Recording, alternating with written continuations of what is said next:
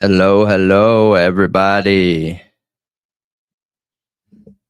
So, part one just finished up here, and we will get into it. Malia late, like always. I'm going to have to give her a hard time about that again.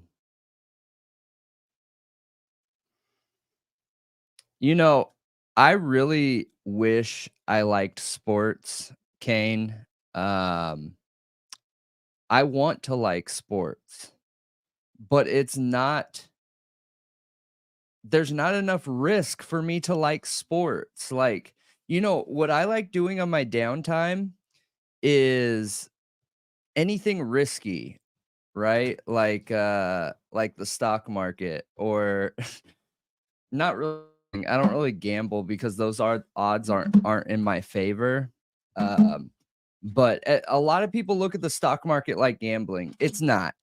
I think for me, it truly is just free money, as long as you have the $25,000 to day trade in your accounts and, know what you're doing with short trading, short selling, and everything.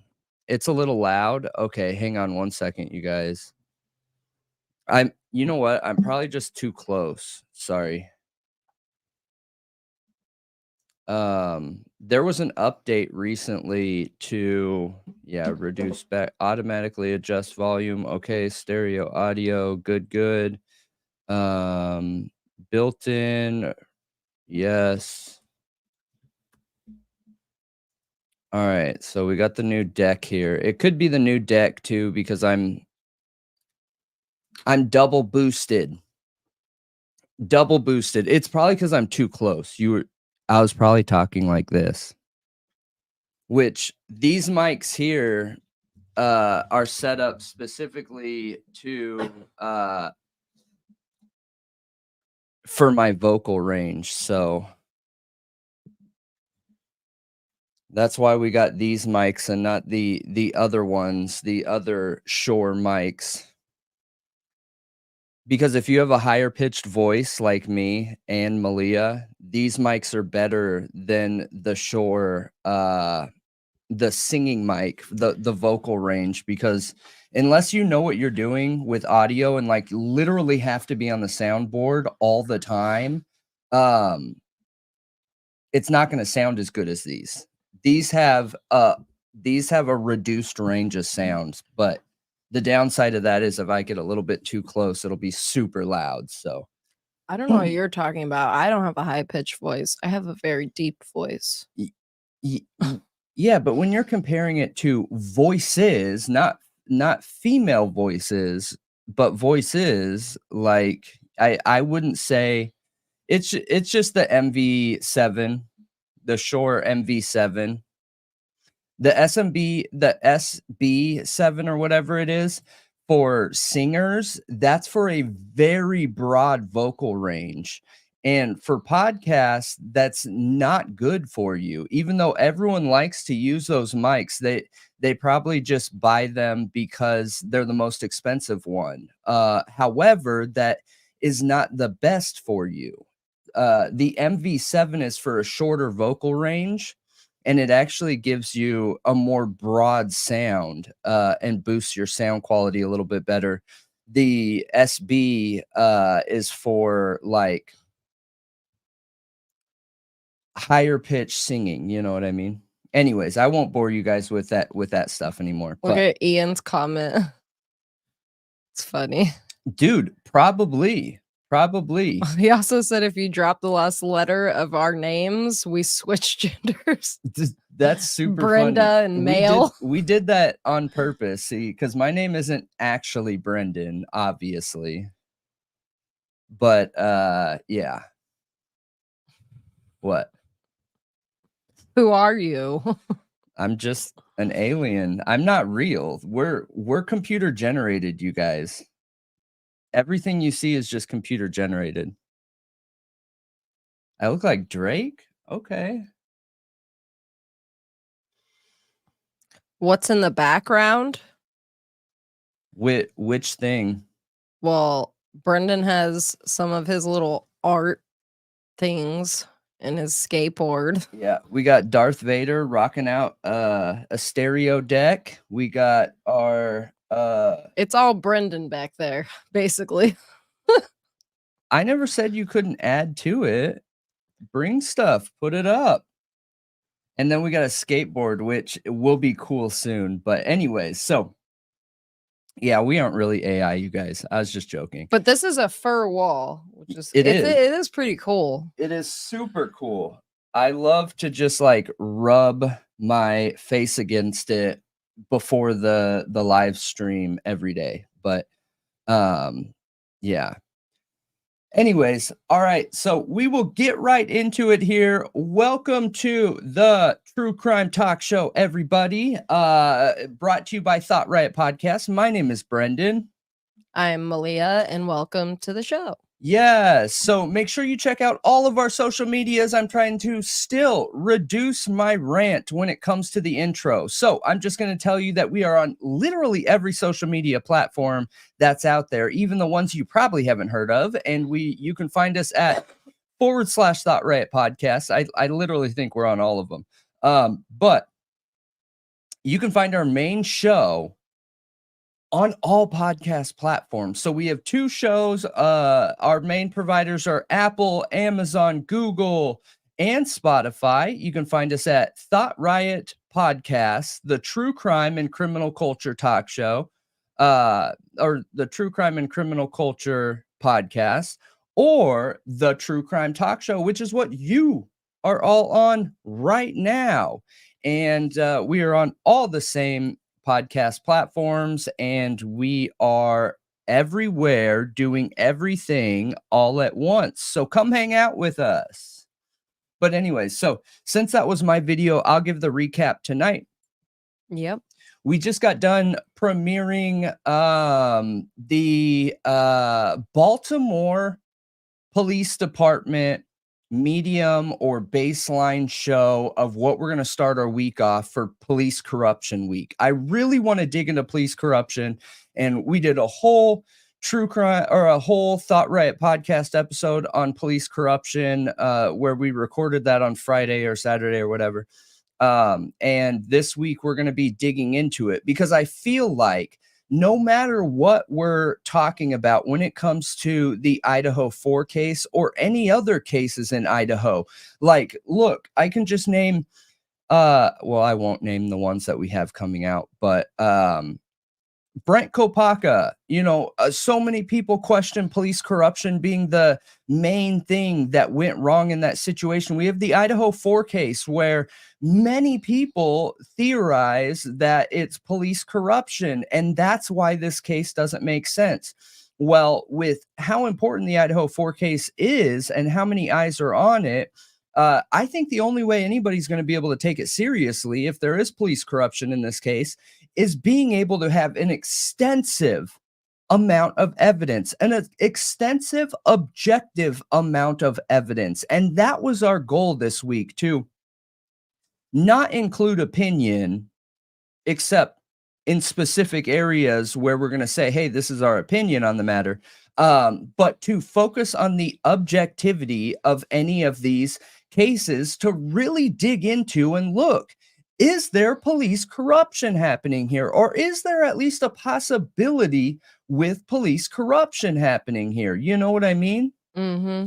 I haven't had any run-ins with LAPD since I was an adult, you guys. So I was all over the Southern California area. I went to school in LA. I lived in Dago, San Diego, and Huntington Beach, literally all over the place. But I've encountered all cops, but I was a troublemaker. I was a bad kid when I was under 18. I mean, I'm just lucky because I was able to not federally, but the only people who can see my background are a federal background check. Even people that like jobs and things like that look at my background can't see any of my charges. So I had all of my trouble when I was under 18, and no trouble after 18. So yes, I have ran in with LAPD. I was a punk rock kid, and all the best venues were in LA, and I was a gutter punk, wanted to hang out outside and cause trouble. Um, I had run-ins with San Bernardino Police Department, with Fontana Police Department, with Rancho Cucamonga Police Department, with Huntington Beach Police Department, San Diego Police Department, literally all of them, you guys, all of them, everywhere in between. So, and San Bernardino Sheriff's is notoriously a dirty department as well. And if you guys don't know, if you don't have a good understanding of like Southern California, the largest county in the entire US is San Bernardino County, and it has almost all the cities that are part of Southern California. So yeah, I've had my fair share of corrupt cops. I actually grew up in a city that had a small town feel to it. Not grew up, but like I lived there for the majority of my childhood. There were cops. It was a first name basis type thing. You know what I mean? I had my dad who knew people in the police department and stuff like that, and Boy Scouts with I only was in Boy Scouts for 1 year because they scared me about jumping spiders. But you make contacts there, and you're able to get out of stuff. So yeah, definitely. Yeah, I did almost burn up my street. Yeah. Yeah. But anyway, so we're going to be digging into police corruption. And the reason why I picked Baltimore is because one, we had multiple people suggest it. Two, it is recent, you guys. Like these charges on the Baltimore Police Department dropped in 2017. We're talking like 5 years ago. This is very, very, very, very, very recent stuff. Now, what's interesting that we'll be getting into in another video later is the fact that statistically, what experts are showing is that small towns are more likely to have corrupt cops than big towns. So when we see so many large metropolitan areas having such issues with their police department and corruption, then can't we assume that a majority of small towns are going to be having issues too? Yeah. I mean, my experience in small towns has been horrible. Sorry. I really need to go to a doctor, but it's like feels like -30 outside, and I don't really want to venture into that. So, Yeah.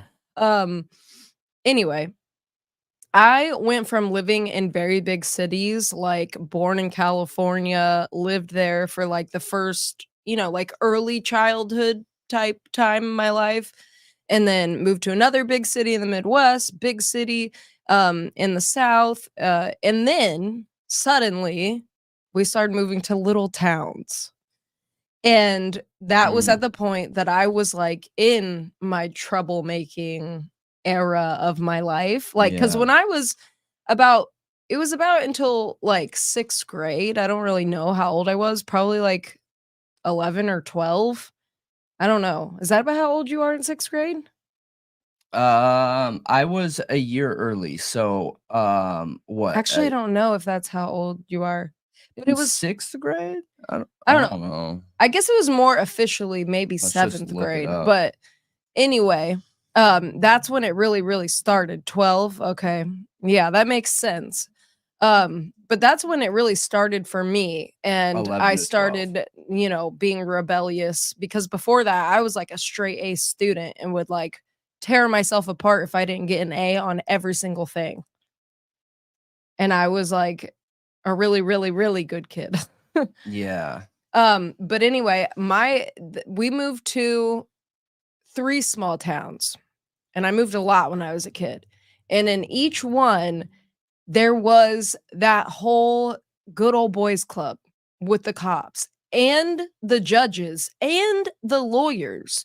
Because when I got into trouble and hired a lawyer that was right there downtown next to the courthouse, he did not care at all. This wasn't a public defender. This was a hired lawyer because he was friends with all of them. So he didn't look at anything they had on me. He didn't look at nothing. He was just like, "I'm just gonna get you a deal." Yeah. That's what a public defender does. So Yeah. why did I even hire you? Yeah. Yeah. The only time I got in trouble and had a decent experience as a kid was in a bigger city in Illinois, and I actually got, like, a DUI. I was pretty young. And that's all those things aren't on my record anymore either. Like, as an adult, I didn't really have problems anymore. But, DUIs stay on your record for 7 years, but yeah, well, they my first DUI was like that, where, I hired a lawyer and, it cost me 7,500 bucks, and he did nothing, and I wish I had the knowledge that I had now, and, clearly my parents were just too pissed off at me to, like, be objective about it because, 1, the $7,500 came, not really from me, but, I had to work it off. But it came from them, and they hired an attorney, and that attorney didn't do anything. I still lost my license. He didn't argue to get it dropped because in California at that time, if you're under 18 and you get a DUI, it's a guaranteed license suspension. I mean, that didn't stop me. I ended up getting 2 more driving while under the influence and 3 more driving without a license. But anyways, the first time, it 7,500 bucks and didn't cover me at all. Didn't do anything. Didn't fight to have it dropped. Didn't fight for anything like you would think a normal defense attorney would. So I've yeah, been there. It sucks, it does really suck. but I deserved it, to be fair. Yeah, but when I got my DUI, and this was in a different city, and I didn't hire a lawyer, I had a public defender. The public defender actually fought for me and did get me a really good deal and got it dropped so that it wouldn't stay on my record. I just had to pay a fine and go take a class. And the Yeah. fine was not very much. I don't remember Mm, what it was, but I remember it being under $1,000. It was under that. I don't remember. yeah. It's like a few hundred or something. But the class also costed money. So, Yeah. Yeah. Yeah. but it was the judge just talked to me. He was like he had like a parent moment with me in the courtroom basically and was like, "You're so young." Like, you know, Mm, I don't want this to be on your record. I don't want you to have to deal with this for a long time. He was just like, basically, clean up your act. And they sent me to a class that was super amazing. And it's actually the first time I learned about how police pull you over sometimes. It depends on probably the department based off statistics. Like, they literally have all these yeah. stats, like, if you're out at this time and you forget to turn on your blinker, it most likely means this, like, all these different things they Yeah. taught us in that class, and there was, like, a talk about addiction and all kinds of things. It was very comprehensive, not just about driving. It was Yeah. all things surrounding DUI, Yeah. essentially, Yeah. And I including your rights. there's one thing I just want to respond to in the chat, because I appreciate them saying this, and I think that is important to highlight. Somebody said, or private 2007. I think we need to be careful that we don't rely on upon potential incompetence of people at times does not equate to BK's innocence. I agree with you, and that's one of the reasons Yeah. why we try and say on a regular basis that the whole point in us being here is not to prove whether Bryan Kohberger is innocent or guilty. That's what the justice system is for, right? But um, it, if you're trying to complete a math problem, but the problem itself starts out flawed, then the answer is going to be flawed, right? So before we even get to Bryan Kohberger, we first need to understand and try and figure out if the investigation is flawed. Because if the investigation is flawed, then we're never going to get the real answer for Bryan Kohberger. And the whole point to all of this, and we don't say it enough here, but I think most people have been watching us long enough to understand like our goals here, right? But the whole point to all of this is justice, is real justice. It's not justice that somebody is saying is justice. That's not enough.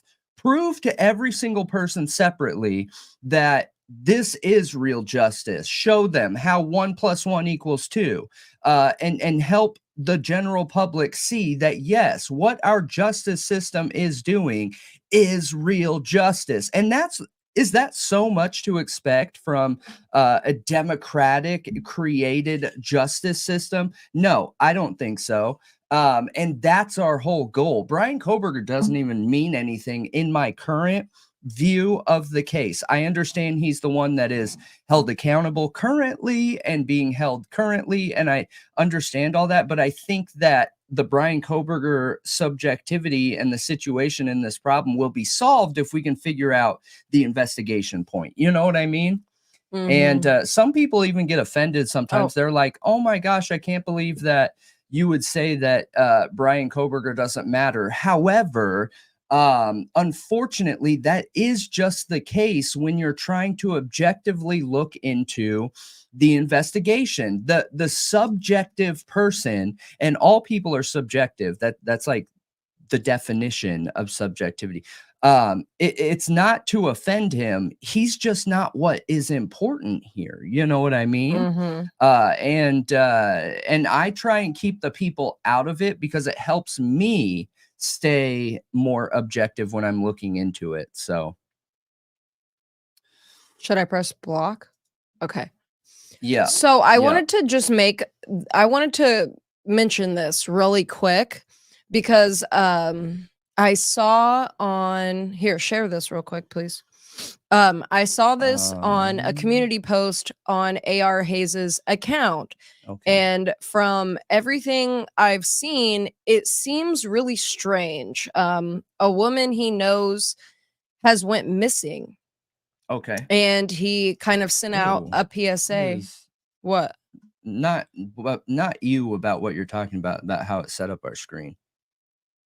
So just a little tangent real quick because I remembered it and I just wanted to mention it. Where do they normally post the about? Here, hold on. Is there a post down here?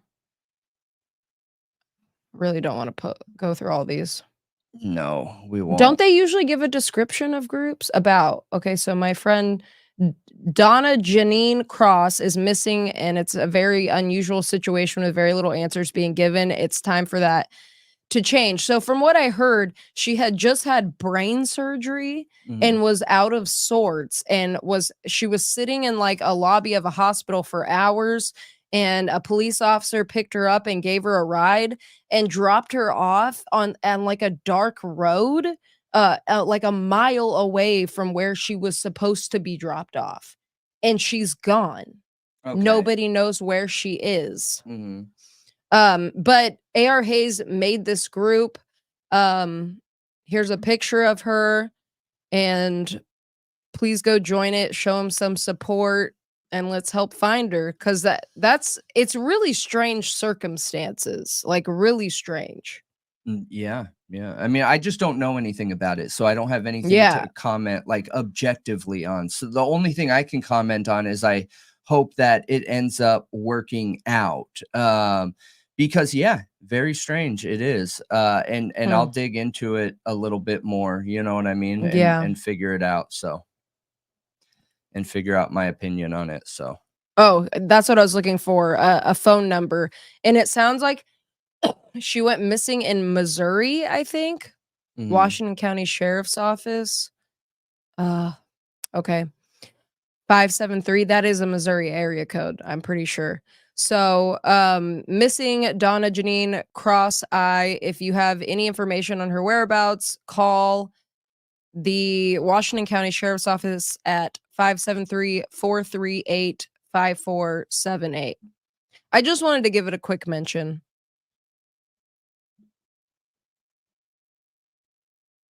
I'm not sure what hospital released her without a ride home. I'm not sure completely of all those details. Just suggest giving the group a look. And I'm sure AR will probably end up making a video on it or something like that. But I just wanted to show some support. Yeah, definitely, definitely. Hopefully she gets found and all That's is good. scary. That's scary having brain surgery and being out of sorts and not having anybody there, like, taking care of you. Yeah, it just makes me worried in this situation because just looking at it objectively without having any of the facts, there's a lot of variables that are stacked against her in this situation to where it might not be something that somebody did wrong. Because I'm assuming if somebody's not all there, like you said, and they had brain surgery, they could have been telling these people like, "Hey, this is where I need to go. This is what I need to do." And how do those people know if that's the fact and truth or not? Okay, but if a hospital released her, they're supposed, especially after surgery, I don't know how many situations you've had. You've had a ton. You've had tons I of have. surgeries. Yep. They always make sure you have a ride home.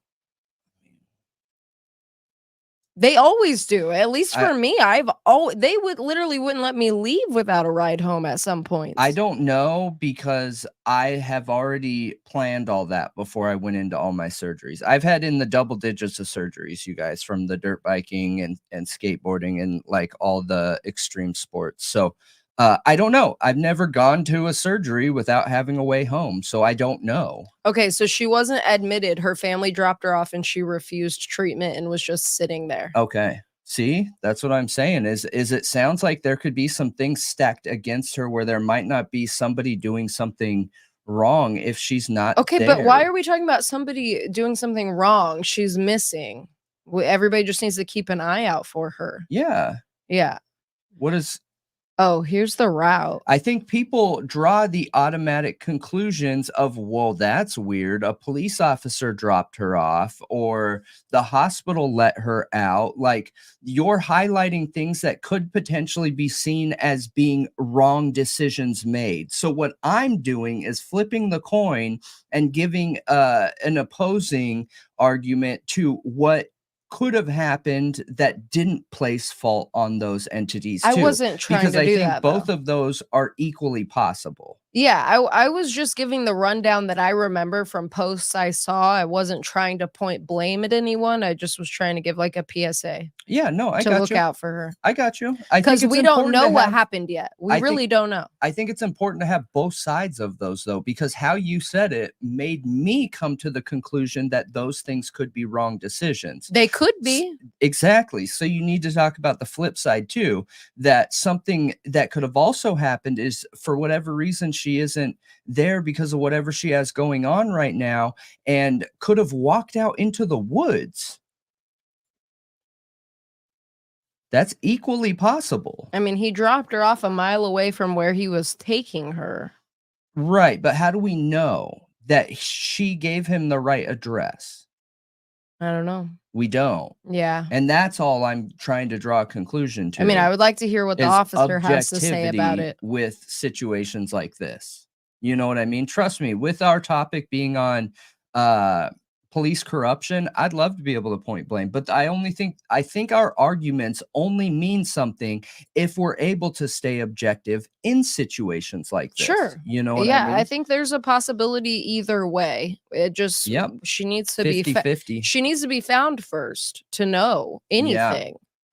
I agree 100%. Now, going back to what we were talking about originally is okay, so now that we have our baseline, okay, is our baseline is going to be the Baltimore Police Department because it is a recent case, because it is a relevant case, because it is a metro case that we are told based on the national statistics that there is it's rare for metro police departments to have corruption. It's more common in small police departments to have corruption.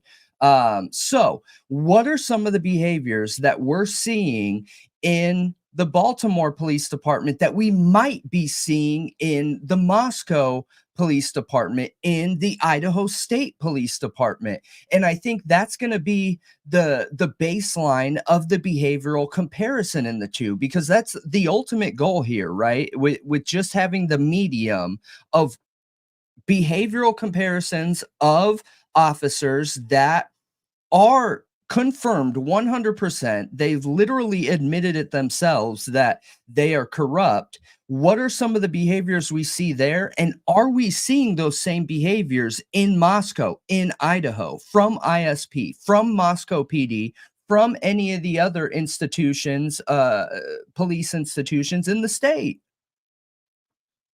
My mind automatically goes to the noise complaint and the aggressiveness of those officers coming to that door and literally threatening them. If you don't do what I say, I'm going to have to alert the college board. Like that's they didn't even respond to you saying I'm not going to do what you say, and you pop off with a threat. Like, you're going from number 1 to 50 right off the rip, dude. Also, I'm concerned that there's noise complaints on Greek Row in the middle of the day. Is that I not was talking concerning? about the night one. Oh, I'm talking about the one at night where they're literally the one at night is threatening rough. them. The one at night is Yeah. really rough. But also the one in the middle of the day is concerning for me too. Because I feel like they just trespassed like immediately, and they were giving a warning, and I never heard music in their body as they were walking up.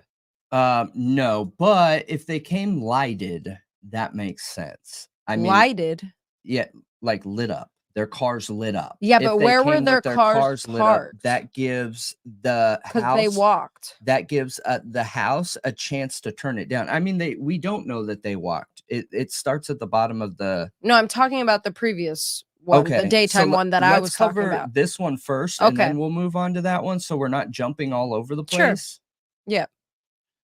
And I want to show just a little bit of this, and I'm not sure who's Byron. Okay, Byron Whitehead. So shout out to Byron Whitehead for using his content, but check this out. Hello, miss. Hello. What's your name? Xana. Xana, do you live here? Yes. Hey, did Megan talk to you earlier? No. Okay, does Megan live here? It's once she walks in. I do not have a Megan that lives Megan here. Mogan? Maddie Mogan, yes. Madison Mogan, yeah. Madison Mogan? Okay, she does live here. Sorry, Have the secondary police. She is at the club. She's 21. I'm Okay, so just hit going back. Yeah. And I have a find the couple like friends over. official one. Yeah. Wait, look, there's one right there. Scroll down a little. Yeah, that's Oh no. no, that's not gonna have it. What's that? I'm gonna have to find it, pull it up. It's okay. It's the other one where the guys are at the house. Just hang on one second. But so 1122 King noise complaint. So this isn't it right here? Actually, I think that is it. What'd you look up to get to that? I looked up noise complaint Xana Kernodle. Oh yeah, this is it because it has every body cam footage of Are you sure this one has Xana? It's Halo time.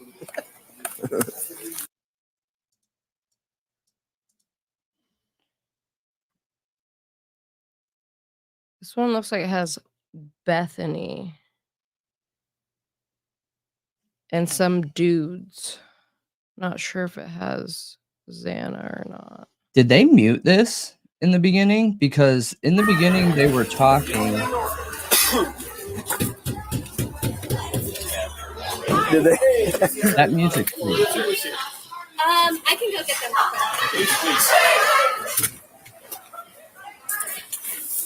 These? This is what the other group had that ran away. Oh, really? They just ditched it? Awesome. Yeah, those ones kept walking in the car.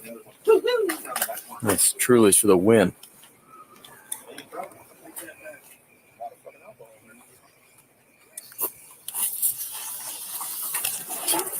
Moscow 157.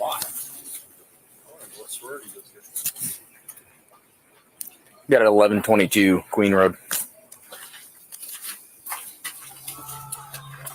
I don't see any people in this until about 15 That's minutes hilarious. in. Like you, as soon as They go talk the to cops, some girls everyone does the walking same by. thing. Yeah, Just like blend into the darkness.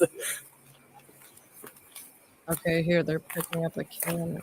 Yeah, like 9 minutes.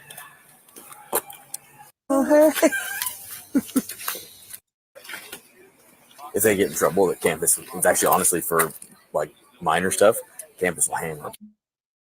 Honestly, it's a lot worse for them. They don't come to the door pretty frequently. Like if they, campus will. If students get in trouble, they will. If they get in trouble at campus, it's actually honestly for like minor stuff. Children. See you. Come to the door, guys. Send whoever lives here down to the door.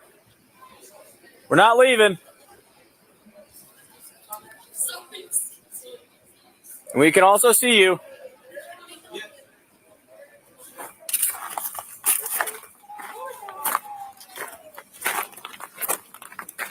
I should have, because so it goes through 3 different body cams here, you guys, from each of the officers. And honestly, I should have pulled this out before, but this is off the cuff. I didn't even plan on watching this footage. I was just trying to get the right officer. There's one officer in particular, and I don't remember what his name is, but as he's walking around, because once they originally make contact at the door, they walk back inside.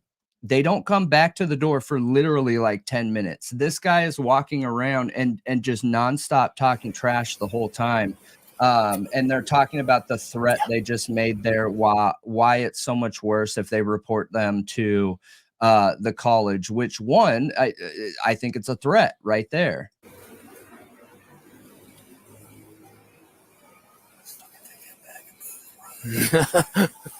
Abandoned property. Okay, if Xana's not Moscow in that 157. one, I have this one that's supposedly unedited. Do we have any recent involvements at 1122 Queen? No? No, I'm not worried about Xana. I'm worried about how the police are responding in these situations. I know that. I just thought that you were looking for that specific one. No, I just might have been confusing the two because Xana's the same night that they originally called Maddie. No one's here. No one's here. No one's here. So everyone here is trespassing? Well, no one's here that's trespassing, but no one else is here right now. Yeah, wrong body cam. You can hear the cop talking right there. So you guys just found a party in their house. You do that? Learned that from a college kid. Yep. Oh, street youths. White Claws? White Claws. Nice. They're gonna be so angry. I hate when I leave my White Claws. Oh, they're cold too. Man. Yeah, these are cold. Whew.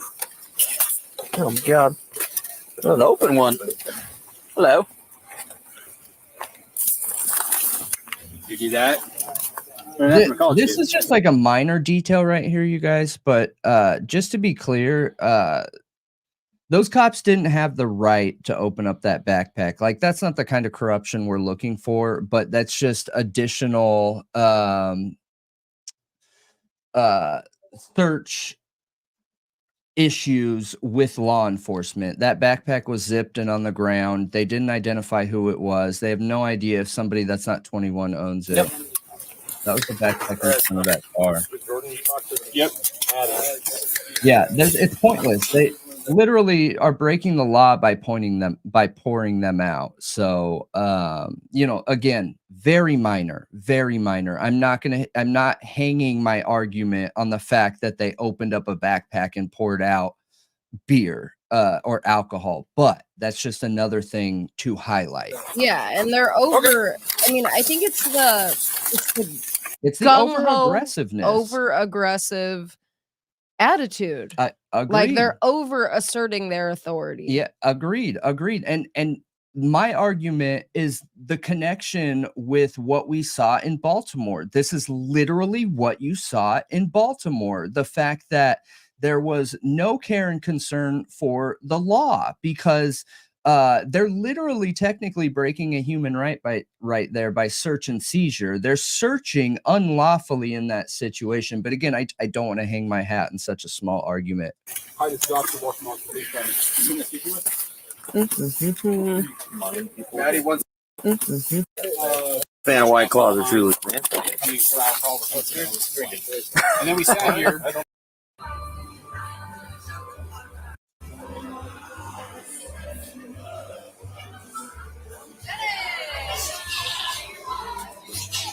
How are you? Good. We're not actually. I don't know. No, I don't.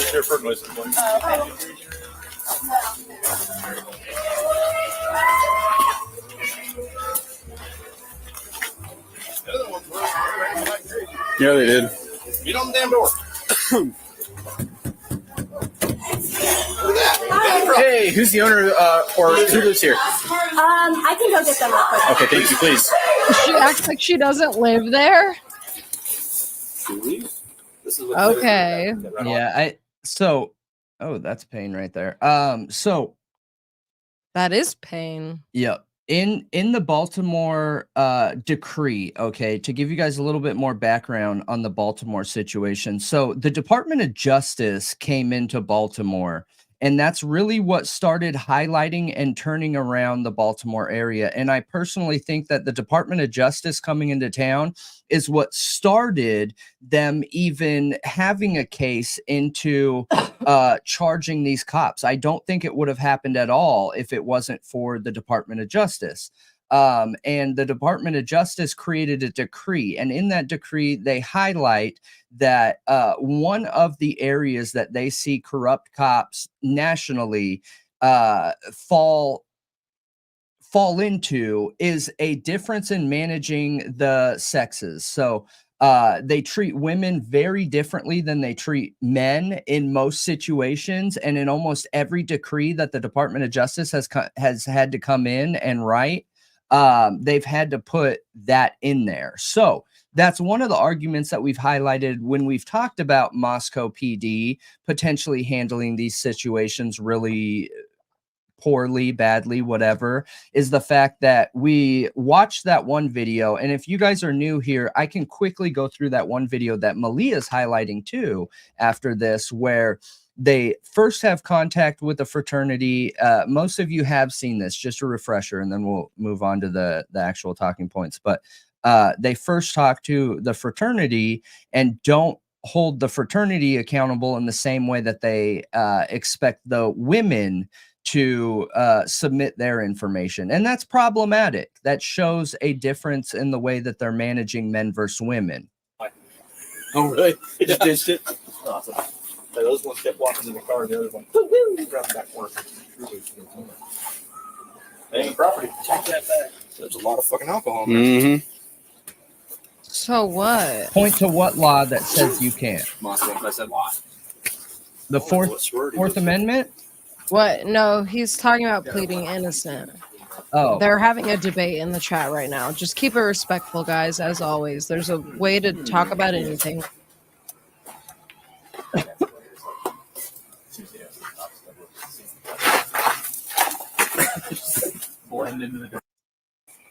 okay. There's the interaction with the men. Then we'll just move forward. Okay. Yeah, I just wasn't trying to name it because a lot of these terms, when we're talking about police corruption, are so politicized, you guys, that when at least I'm trying to stay objective on this topic, I want to highlight the problem, not the problem areas, because I feel like when we start targeting problem areas, it automatically goes to a political standpoint. And I want to stay away from that and stick to the problem, not the generalizations. You know what I mean? Okay. So I just looked for everyone that lived here, and they're not here right now. No one's here that No one's here. that lives here at all. No one's here. That Bethany lives here. everyone here's answered the trespassing? door. Well, no one's here. That's Okay. They're all in there hiding. Yeah. So I just looked for everyone that lived here, and they're not here right now. No one's here that No one's here. that lives here at all. No one's here that lives So here. everyone here's trespassing? Well, no one's here that's trespassing, but no one that lives here is here right now. So where'd they go? They're just not here. I have no clue where they went. No clue. So you guys just throwing a party in their house at this They were time, here and at one point. They're not here right now. I just searched all the rooms. they left and went over to some other party, and everyone is about to leave and go over to another party. Yeah. Who does live here? What are their names? I am actually not sure. I live across the street. I just came over. I haven't been to drop. Male, female? I think it's mainly females. I think it's like 4 females. What sorority are they affiliated with? I don't know. I don't know if they're associated with the. So I guarantee you they're associated with the sorority. As many of them are living here. It's an off-campus sorority house. I've been a cop for 22 years here. I'm not stupid. Don't play dumb games with me.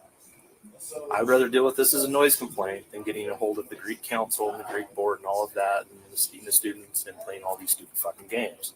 I don't know.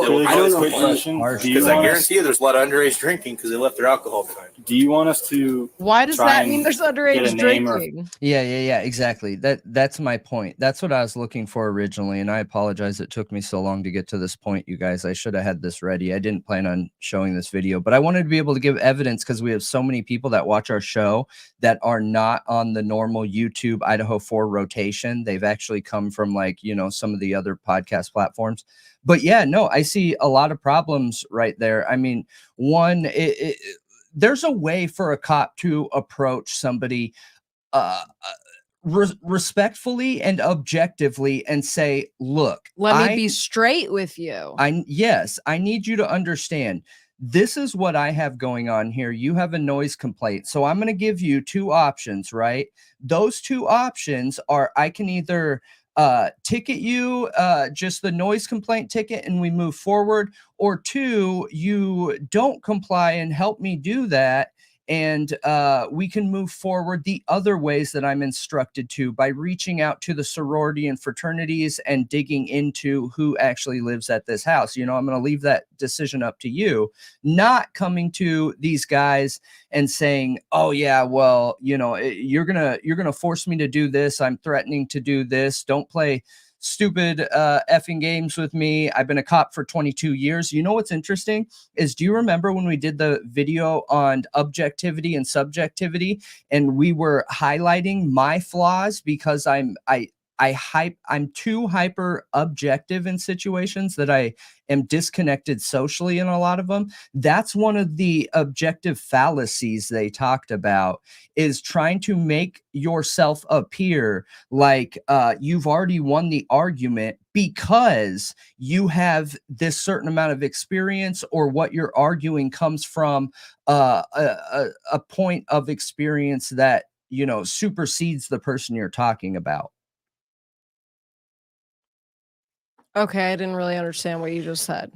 Where the cop said, don't lie to me. I've been a cop for 22 years. I can see through this, yada, yada, yada. Okay. That's just coming from that's a fake position of power, okay? Because you're not having a conversation with them. All you're doing is threatening them with your experience. That doesn't change the situation. Saying, hey, you don't know what you're talking about because I have 22 years experience. Nothing has changed in the conversation. Nothing has moved forward, and nothing has progressed. Nothing has been said. All you did is you just threatened your experience against whatever they're saying to try and minimize them and stay in a position of power.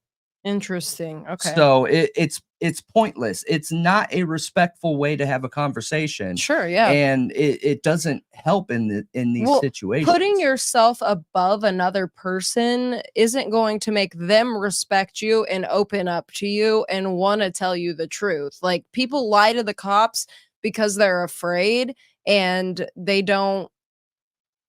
I mean, because you're like in authority, and they're afraid of that, and they recoil from that because they don't want to get in trouble.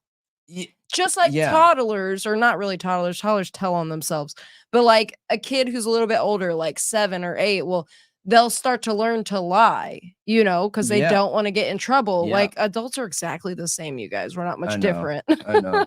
And no, you're right, CH. The position of power that cops have is real. But my argument is, it's not real because he says he has 22 years of experience. That doesn't make him have more power than the person in front of him. What actually gives him power is the fact that he's been issued that badge. And with that badge comes a position of power that allows you to arrest somebody, that allows you to carry a gun, that allows you to charge them with a crime. And that is a massive amount of power. Like, I don't want to minimize that. That is an absolutely massive amount of power there.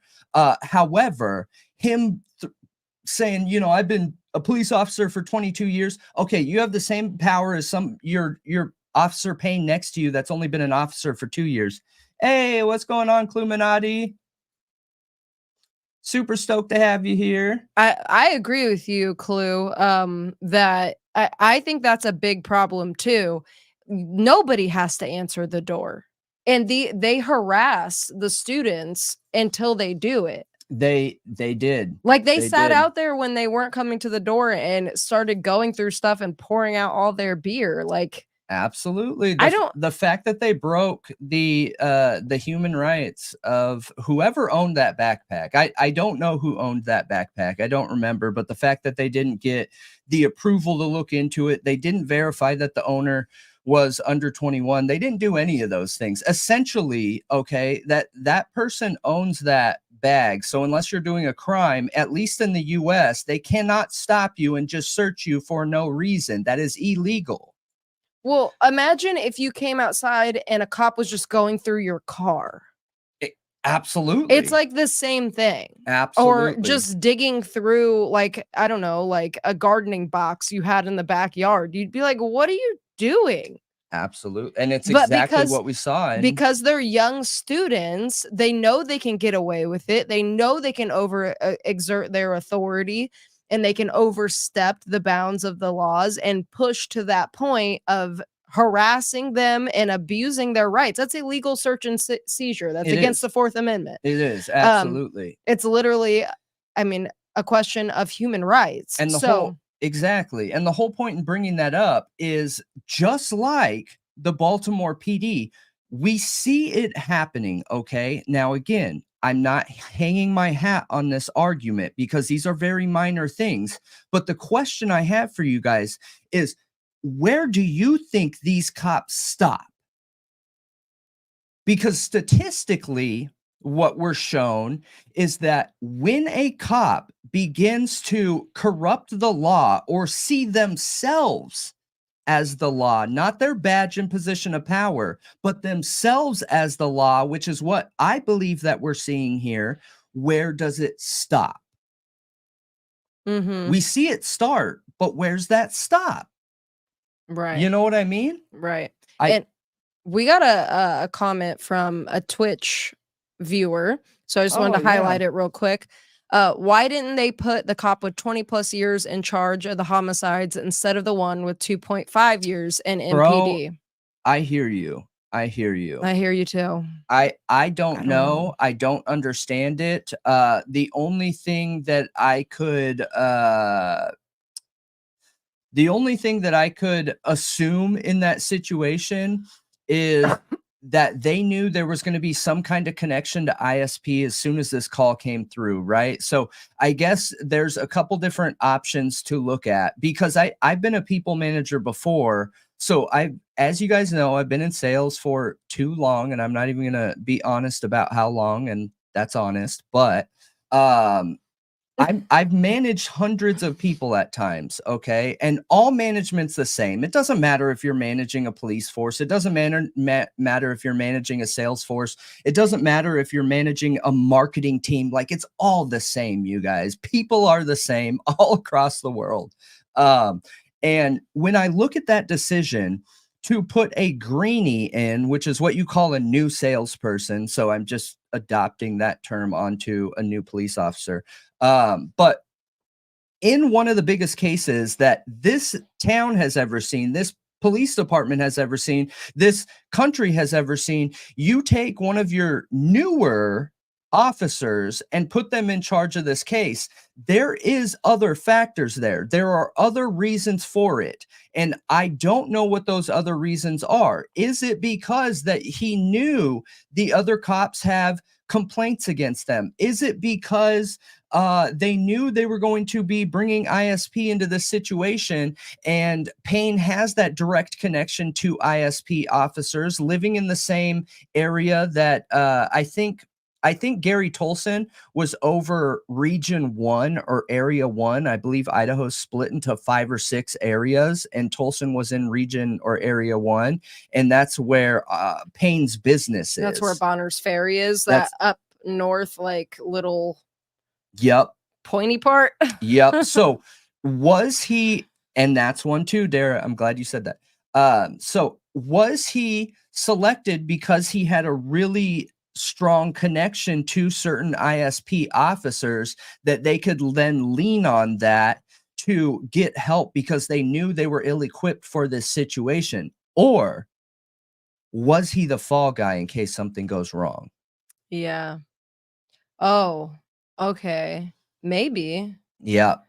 Maybe. Like, but doesn't that fall on whoever's above you that put somebody with not very much experience? Like, because he had to be assigned to that role. So that makes me question the person who assigned that role to somebody who wasn't ready.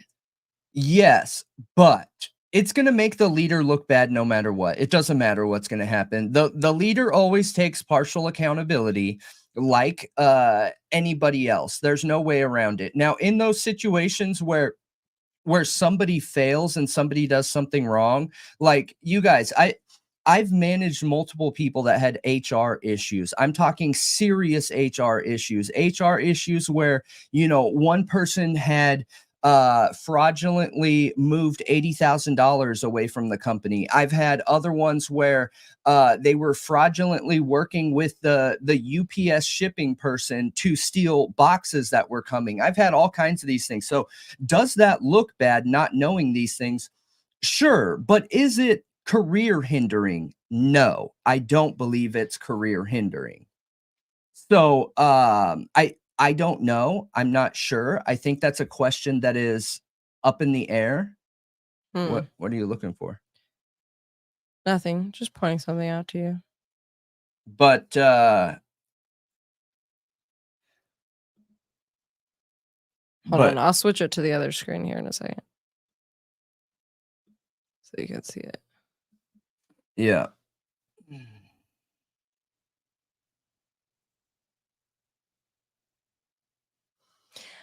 Yeah, just be respectful, you guys. I see some people in there that are getting a little heated. I'm seeing a bunch of all caps. I'm seeing a bunch of a little bit of attacking behavior. Please don't make me remove you. I don't want to do that. I don't want to do that. But here's the thing. When we're in control of the chat, I have to protect the thought writers. So the rule of thumb is, look, I don't care what you say to me. There's nothing you can say that's going to bother me. It just can't happen. I probably won't even respond to it if you do. But the people that are in the chat, they can't manage that. So we have to manage that. So please just be kind to each other. We can talk about anything. But yeah, going back to that. So what do you think it could be? Do you think it could be one of those 3 possibilities that I suggested? What are the 3 Payne? possibilities generally? Because I got distracted. He's the fall guy. Right. He could be it because of his connection to ISP officers, aka Tolson, or other officers that lived in that area. Or I don't remember what my original one was. I think it had I don't know, it was off the cuff. You expect me to remember if you can't remember? Well, normally when someone's like listening to a conversation, there's like something that sticks out. So I didn't know if something stuck out or if you had another possible theory of what that reason could be that Payne was selected. Well, I think honestly, I don't know enough about how they choose the lead of an investigation to even be able to begin to know. I think I would need to understand more like how they choose that position in any investigation. Like, what are the qualifying factors? It like, could it also be that Payne was like some kind of hotshot in the military or something? Look, I don't know. Like he I'm has trying all of this to. experience in another, because wasn't he military police or something like that? Military police is not the same as But law what if he had a enforcement in the special US. role in military police that we don't understand or know? I mean, I'm speaking without doing research here. So I'm not comfortable saying certainty that that I know for sure. I just know that it's different. Okay, I know Yeah. that the expectations are different. I know that the training is different. I know that the laws are different. I know that the way they handle situations is different, and how they convict problem suspects, whatever. I know all that stuff's different. I just don't know what's different enough to know. So I can only look at it from my experience, right? My Mhm. facts, and my facts are leading people in a certain industry. I personally wouldn't make a decision like that regardless of what someone's experience is in the past, because I wasn't the manager and I have no way of verifying that. Yeah. You're not allowed to go seeking somebody's past, you guys. That is illegal and not allowed. Nobody's allowed to do that anymore. If you applied and I was the manager, I could not call your last employer and say, "Hey, I have a series of questions here that I need to ask you about this person that I'm thinking about hiring. All right, question 1, were they successful?" Like, that is no longer allowed. That is not allowed anywhere in any industry, period. There are certain things you're allowed to ask, and I believe the only question is this person rehireable? I think that's the only question you're allowed to ask, if I'm remembering correct. But Hmm. so I don't know. I don't know. I don't think so. I'm just curious to like what they look at when they choose a lead for an investigation, and if the 2.5 years in Moscow PD specifically wasn't as big of a deal. Did he have an investigation prior to this in Moscow PD where he did an amazing job and they were like, "Yes, we need you for this," Oh, Michael's or in here. yeah, he's been here from the beginning. So while Malia is talking, we were wondering what the key differences are between military police and regular True. police. So I know there's differences in the way things are managed, but like, what are some of the key differences? Because I know you're managing people that are owned by the government. All of them are, right? You're owned by the government when you sign up. Like, it is what it is. So the way that you handle things are a little bit different, but I just don't know what those exact differences Okay, are. tangent, but this has always bothered me in that when I have to fill something out, like my whole life until recently, they would make you put white, not Hispanic, or Hispanic. And I am half white, half Colombian. Yeah, That would just bother me. I Like, hear you. I am white, but I'm Hispanic. That's getting down that political rabbit hole, but I hear you. No, it's just how they fill out the demographic forms and stuff. I know. But I it get always it. bothered me because I never knew what to put. Yeah. Yep. But anyway, Um, I just saw it and it sidetracked me. But yeah, I agree with you, Cluminati. I think that, and make sure you guys, so Cluminati is a content creator. I was gonna didn't say say. this when she came in here, but does really good content, really thorough, awesome content on the Idaho 4. And I believe you have covered other cases too, but check her out. I can put the link in there. Hang on one second. Her and her fiance, because I've watched a few of your live streams. They will give you a good laugh, good discussion. It's a good time over there. So if you haven't ever watched her, go check her out. Yeah, absolutely. And there is the link, you guys. So, but yeah, I don't know. I keep going back to this, right? Because we're trying to prove behaviors. Now, I I think guess let's finish the rest I want to of that. say one more thing. Cluminati, I think, is like the sassiest content creator out there too. Yeah, People there's no love her. shame in that. People love her for her sass. Get that sass. Phone number, and If you you can could. call someone.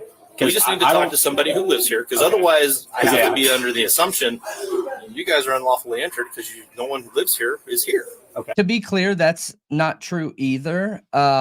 Because nobody called the officer to that house, they aren't just allowed to walk up to houses and say, oh, there are people in there. Hey, come to the door. Let me ask you if you are allowed to be in here. No, that doesn't work like that.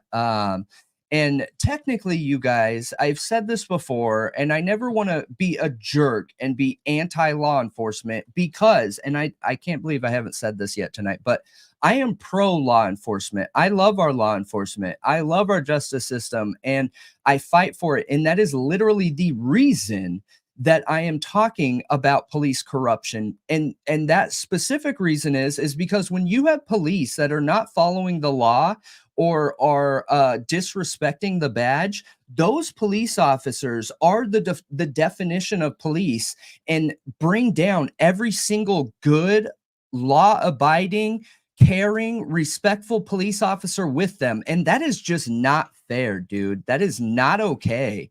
These officers put their lives on the line every day, literally every day, you guys.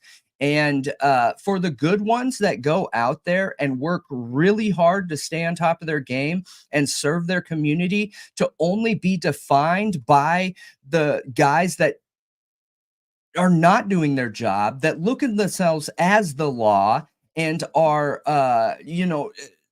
have that us versus them mentality and waging war on the general public and society. Like, those guys are disgusting. They need to be called out and they need to be removed so that the positive police officers can be recognized, because it's not an easy job.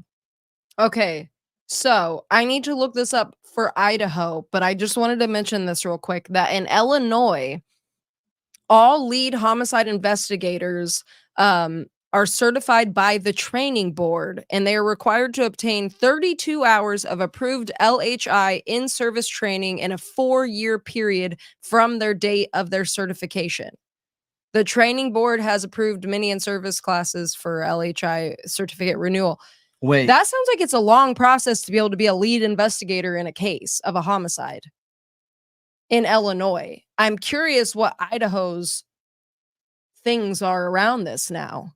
I had no idea they had to go through some kind of certification to be able to be the lead in a homicide case. yeah, we definitely need to look up Idaho, because that's going to be the defining factor. Because I don't think, I don't know,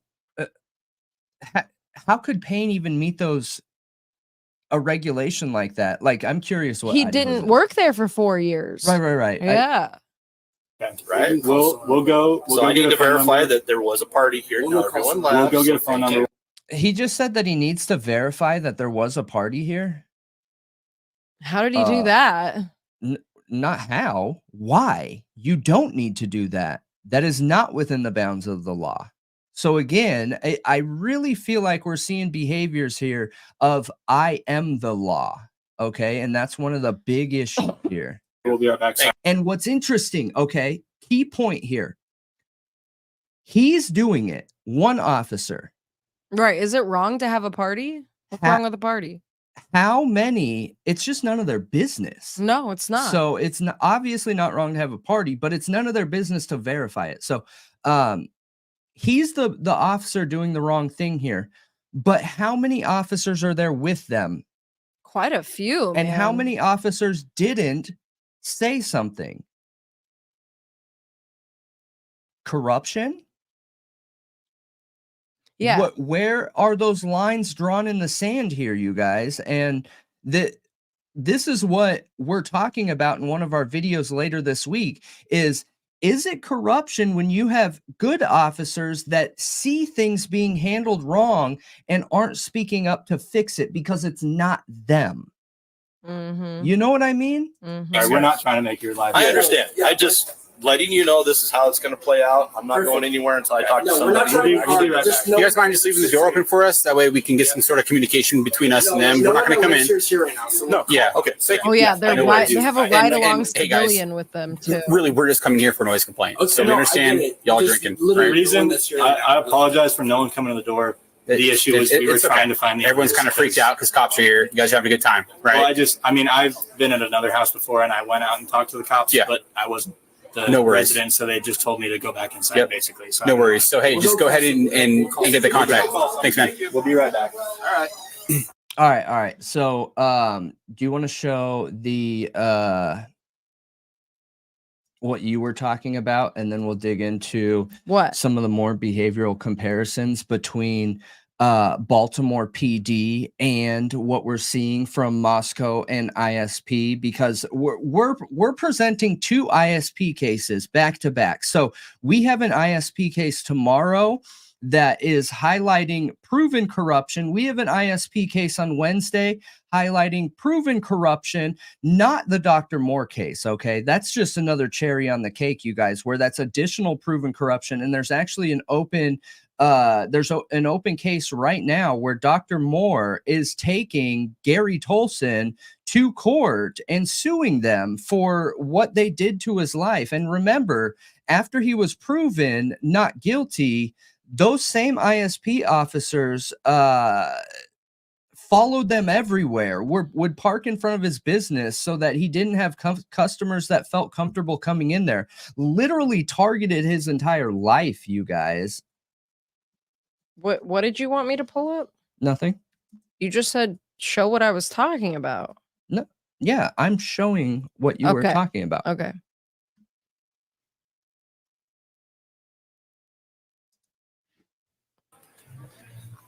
You need a rewind. Yeah, I gotcha.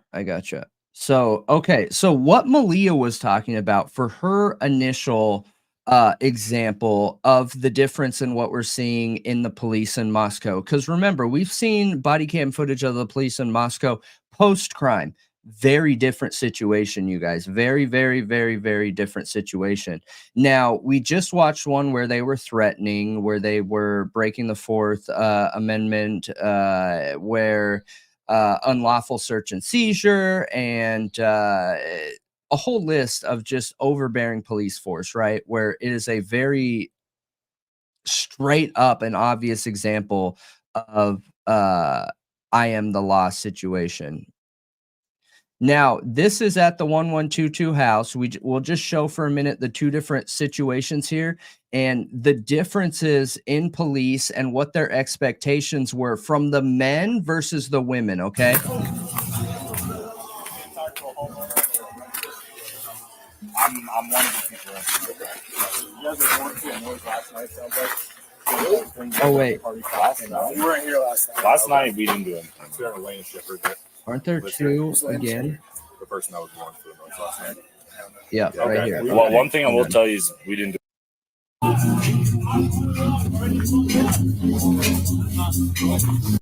I'm pretty sure this is the one where they say anyone under 21. Not 21. Yes, all right, who's responsible here? Who's responsible here? Yeah, Who's they house just is said this? it right there when he was opening his computer.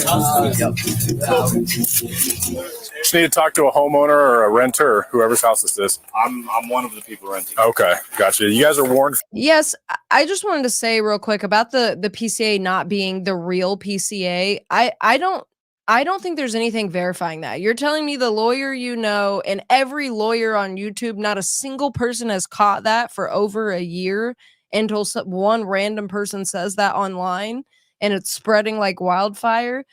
I don't understand why people believe that, because in all other cases that I've seen where a PCA was sealed, it is stated publicly. Yeah.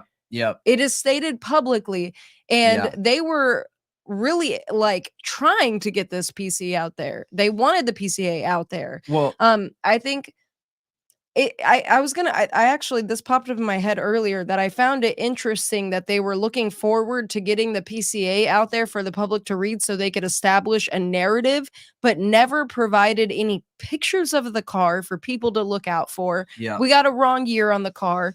Like, we never got pictures of anything. Like, they let out this PCA, like, let's show off our good work. But for the skeptic mind and critical thinking mind, you're like, but where's the actual work? Yeah. If you're proud of your work, then show some of it. Why didn't you not give us just a screenshot of the video on surveillance, like the car on surveillance? Yeah, I hear you.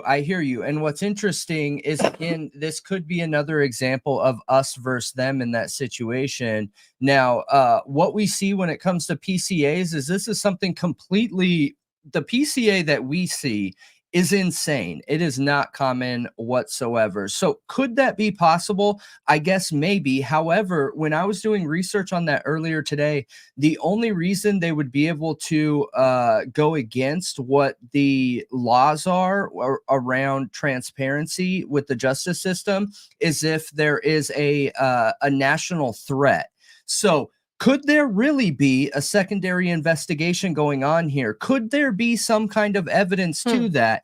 And it is a threat of national security, whether from internal sources, like, you know, something going on locally here, okay?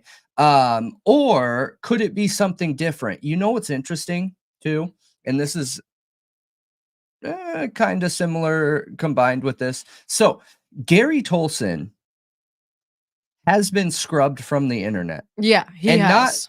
Not once, not twice, but thoroughly scrubbed, meaning they are actively working to take Gary Tolson. And he's Illinois, so he's ISP specialist Gary L. Tolson. Okay.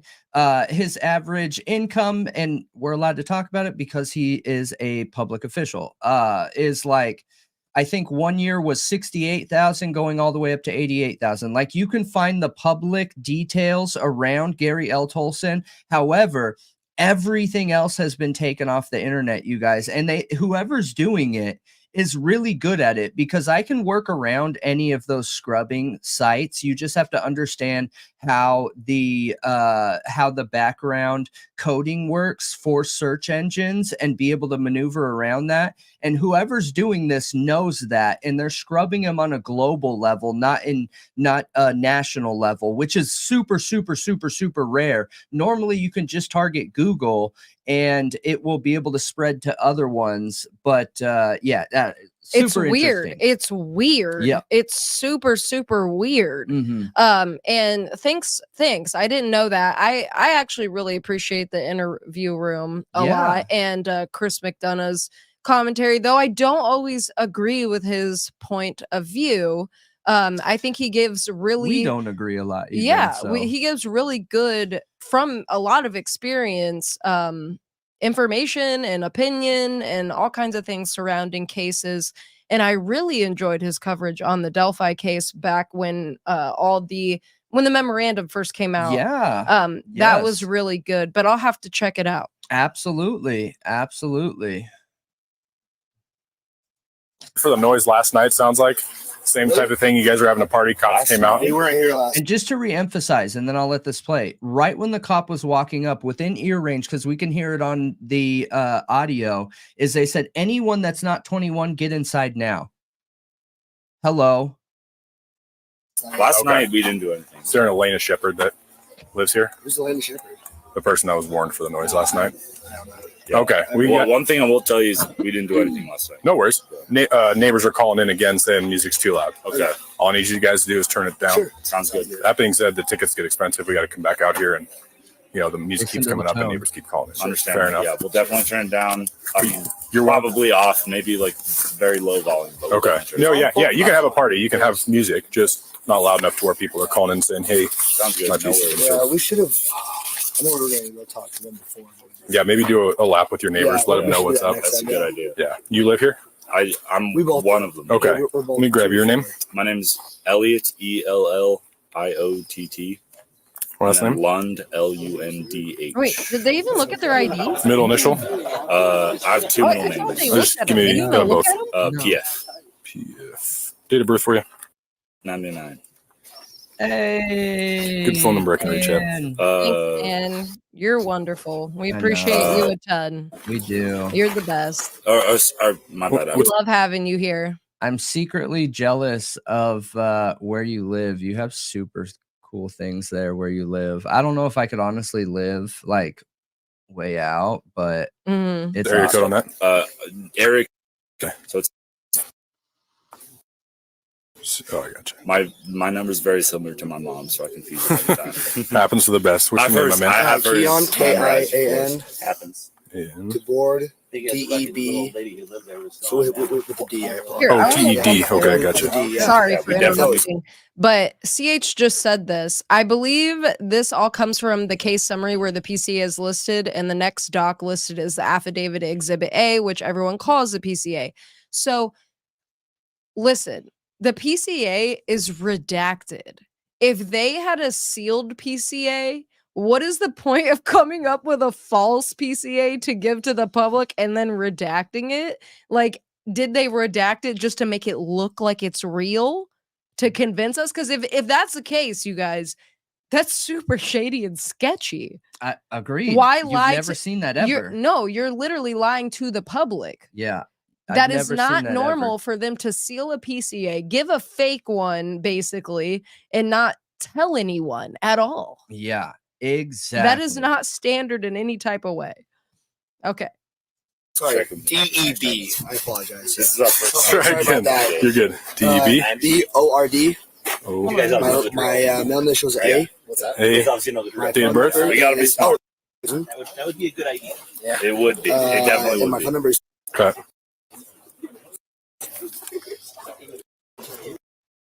Perfect. Again, are you guys freshmen or we're seniors. seniors? Okay, so you know the drill. You know how this goes. Oh, sorry. about that.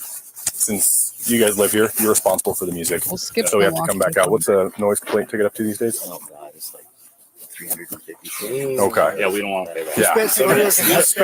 We don't want to pay that. Next time, we'll definitely check with the neighbors. Yeah. Yeah. The more expensive it Damn. is. Okay. So spend the money on beer instead, not on tickets. Yeah. Keep the music down. Have a good party. Make sure everyone's over 21. Yeah. If we do have to come back out here, you two guys are each getting tickets. Got it? I understand. So it's on the rest of you to make sure the party stays down. Sure. Thank you. Yeah. Have a good one. Thank you. Yeah. Take care, guys. Enjoy the party. Thank you. Have a good day.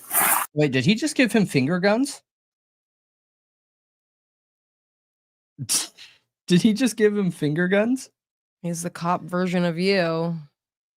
I'm offended. Down. Sure. Thank you. Yeah. Have a good one. Thank you. Yeah. Take care, guys. Enjoy the party. Thank you. Have a good day. He did. Have a good day, guys. Some cases, like when we get here. All right. So then we move Yeah. forward. I would also I'm just interested in the interaction, right? Go back. Okay. Hey. What, you want to hear the comment? Yeah. Casey, I'm just going to loop around up here.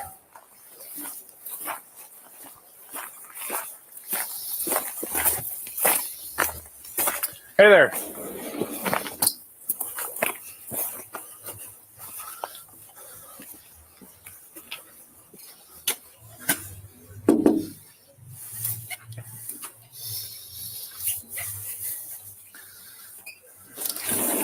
Is this your place, man? It's not. Okay. Would you mind going and getting somebody whose She's at the place is front this? door. Oh, she is?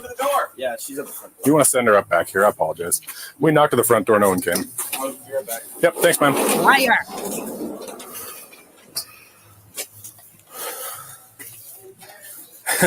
Yeah. I took one look at that speaker. I said, Yeah, but was it playing to where the whole neighborhood could hear it? Did you get a noise complaint from this house? Yeah. What's the point of being there? Yeah. So I want to be very clear with everyone too. This is what I was going to say earlier. So I've talked about this a little bit. I don't know if you guys have ever watched the videos where they suggest that you don't answer the door for a cop unless they have a warrant there.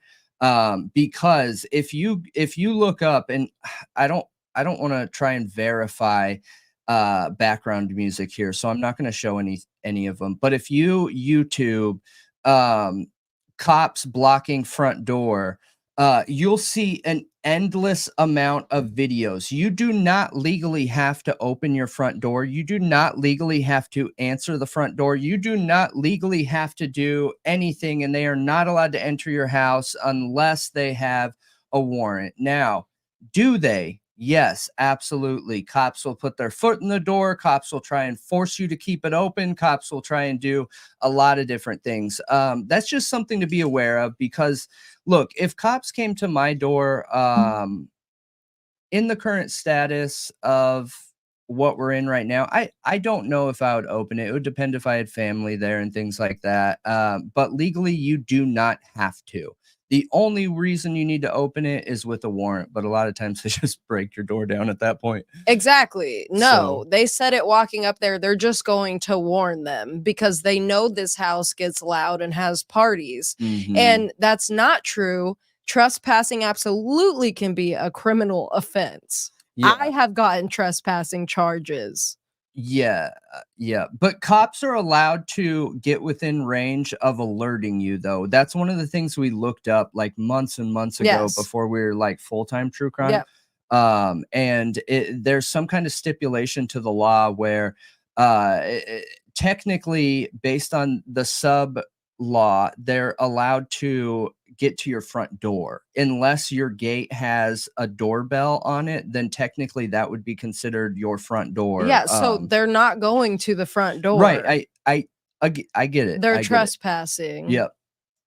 You get a lot of guys trying to argue private property. Agreed. And they Access. do not have to answer the door. The way I've always done it, and correct me if I'm wrong, was the way I did it there. Find one responsible, have everyone else hold them accountable. If I got to come back here, they're getting the ticket.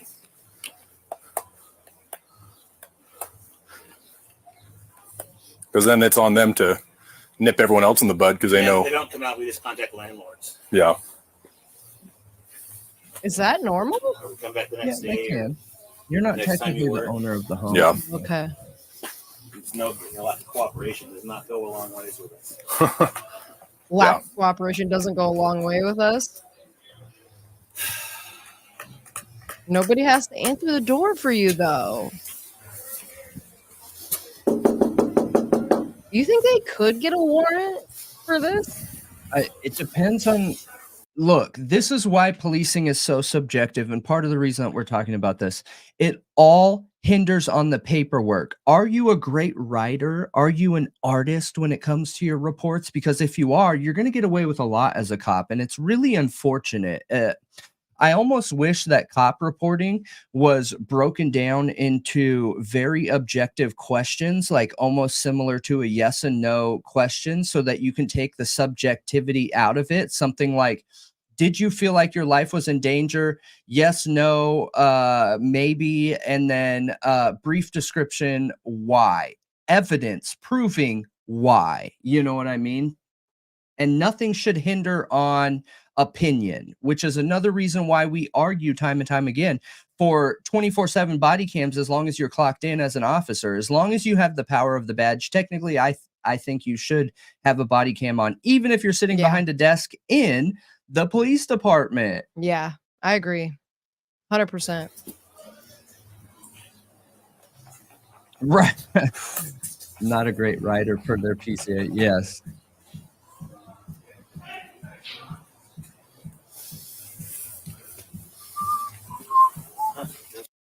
Stairs to the back deck. Interesting. That's a weird clue. I never heard the comment about eminent domain. I'm going to have to go back and watch it with headphones. How are you? Good. How are you? Good. Is this your place? Yeah. Perfect. You know why we're here? And I assume noise. Noise, yeah. Yeah. Big speaker right there. Yeah. Nothing against having a party. Once neighbors start calling in, then we have an issue. Fair. You go to school? Yeah. Okay. What year? Senior. Senior. Okay. So I'll tell you the same thing I told them. You probably know the drill, right?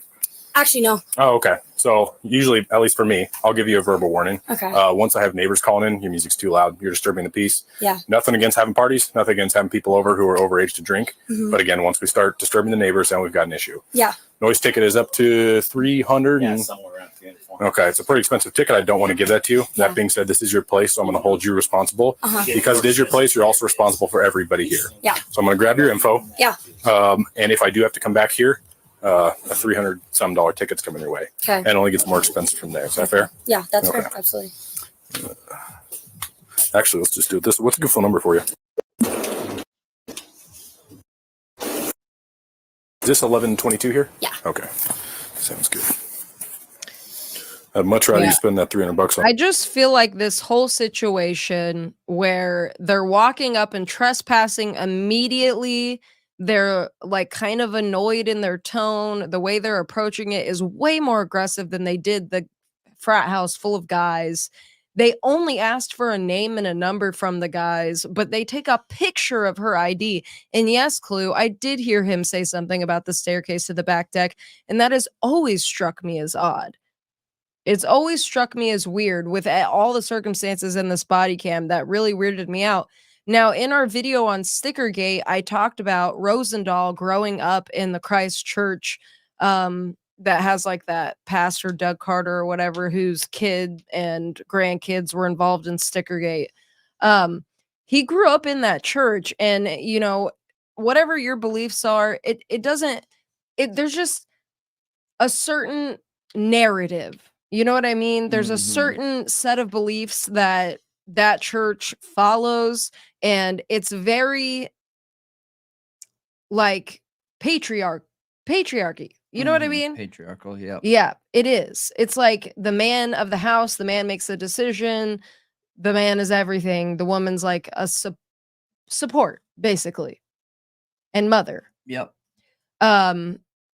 It's very like extreme conservative, like Christian ideas, like we're seeing in a lot of the country and whatever. I mean, but it I want makes to be me careful wonder. saying like tying that in with conservative and Christian ideas, because that's not the problem with that church. What the problem is that they are religious terrorists.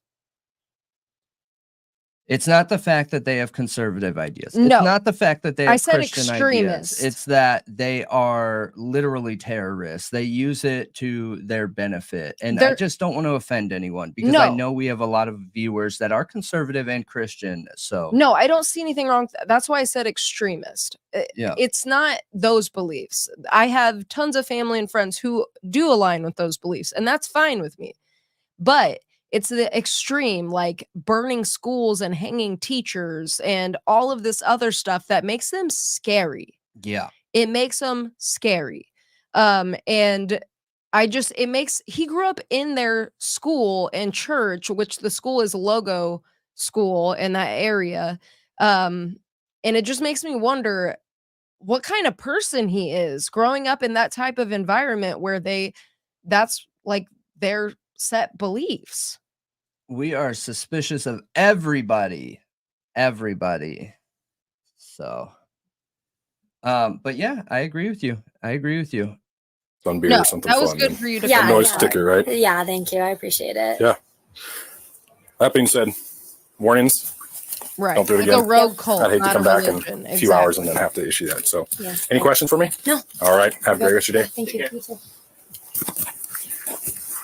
Their school newspapers literally have pictures of Rosendahl and his siblings and all of it. Yeah.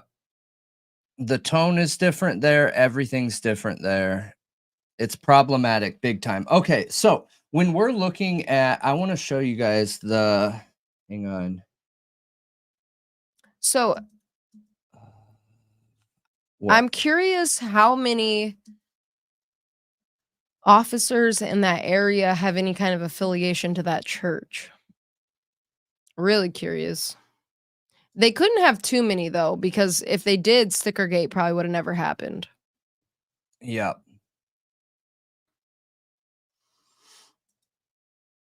Hey Heather, good to see you.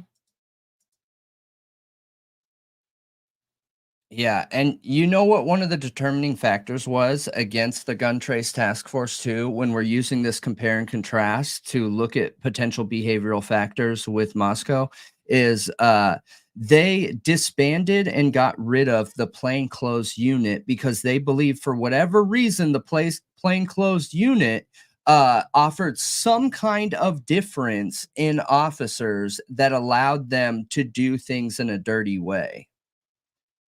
Now, where have we seen plainclothes officers in Moscow? Banfield.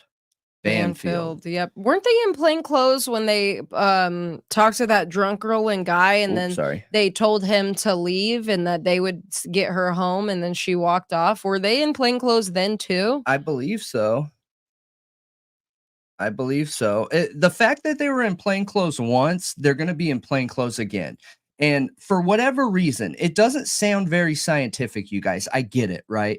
Because what what's different with plain clothes? What? One's wearing a uniform and one's wearing plain clothes. What could really make them be so corrupt? I don't know. I don't know. Is it an extended period of time being in plain clothes and allowing them to blend in with the community while simultaneously having an overabundance amount of power or supposed power that they feel like? I don't know. Is that reflective of other police departments that also have plainclothes units in similar fashion? When we watch the Banfield footage, we're watching officers that are on a power trip. It is not maybe, it is not kind of, it is not anything other than these officers on a power trip. They flash a light at a group of kids and then are offended when the kids don't drop everything and turn around and, oh my God, officer, what did you want? What do you need? See, like, they're offended at that. That's an issue. What do you mean, bro? You're just a dude with a flashlight. Right. They should be running from you. They should be. And that's right, CH. It was downtown before they headed over to Banfield where they pulled that girl over. And it was a girl and a guy walking together. And how did that all play out? It was super weird. It felt weird the whole time watching that. And they promised him that they would get her home okay. And then literally after writing her a ticket, just send her walking. I know. Walking home. I don't. He literally would have stayed to make sure she got home safe, but they were like, nah, we got it, go. And then send her walking. I know. It doesn't sound safe. It doesn't seem anything other than the only thing that I can come to a conclusion with that is the evidence of women being assaulted in college scenes is relatively high. We've gone through those statistics. Yeah. And statistically, when it comes to sororities and the Greek life, did you know that? Well, but did you guys know that women are at risk of 1 in 3? 1 out of every 3 women in sororities and the Greek life are assaulted during their 4-year stay in college. 1 in 3. That's horrible. Insane. So did the cops feel like in that situation, to play devil's advocate, to offer the other side of the coin, did they feel like they were doing something helpful by not allowing that guy to go home with her because she wasn't in a state where she could offer consent? That argument could be there, except for the fact that they didn't help her get home. So I don't know. I'm not sure in that situation, but it did feel weird. Again, power trip. They act like they're the law. Drives me insane. You know, the national statistic is 1 in 4 women will have that happen to them. And it jumps that much. Like, I know it doesn't seem like a lot being 1 in 3 versus 1 in 4, but that's terrifying. Like, one of those girls in that house probably experienced that in the 1122 King Road house. Well, 1 in 3. Maybe multiple. And there were 6 women there. Yes. Yeah. So statistically, 2 of them would have experienced that. Not all statistics are micro and can be dependent 5. on okay. Well, no. 6 at one point. 6 Yeah. at one point. 6. Yeah. Just 1 wasn't there. But yes, you're right. Statistics can't be dependent on such a micro level where you only have 1 figure, right? So I don't know if that happened, but it's very, very, very, very likely. Now, an interesting situation here, which we dug into in the video that we premiered right before this, was Sergeant Wayne Jenkins and Detective Ryan Gwynn got into a high-speed car chase with the Baltimore PD, okay? And they were literally told to stop chasing this car. They were in an unmarked police car with a light, and the dispatch said, hey, your unit is not allowed to go on high-speed chases. Back up, back off this car.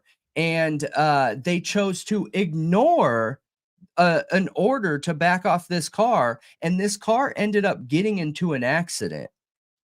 Does that sound similar to them approaching houses and trespassing and forcing their way into that communication. It's that same idea that I am the law, just one's in a car and one's on foot. Yeah. It's that same idea. Now, what happened in this situation when the car got in an accident, the cop realized, oh, shoot, they told me to back off and I ignored that order. I'm going to be in trouble now. Someone ended up dying on this. So you know what he ended up doing is calling in a friend to plant evidence. Now, I want you guys to bookmark this information because of the story that we're going to be talking about either tomorrow or Wednesday, where all of a sudden we see evidence pop up.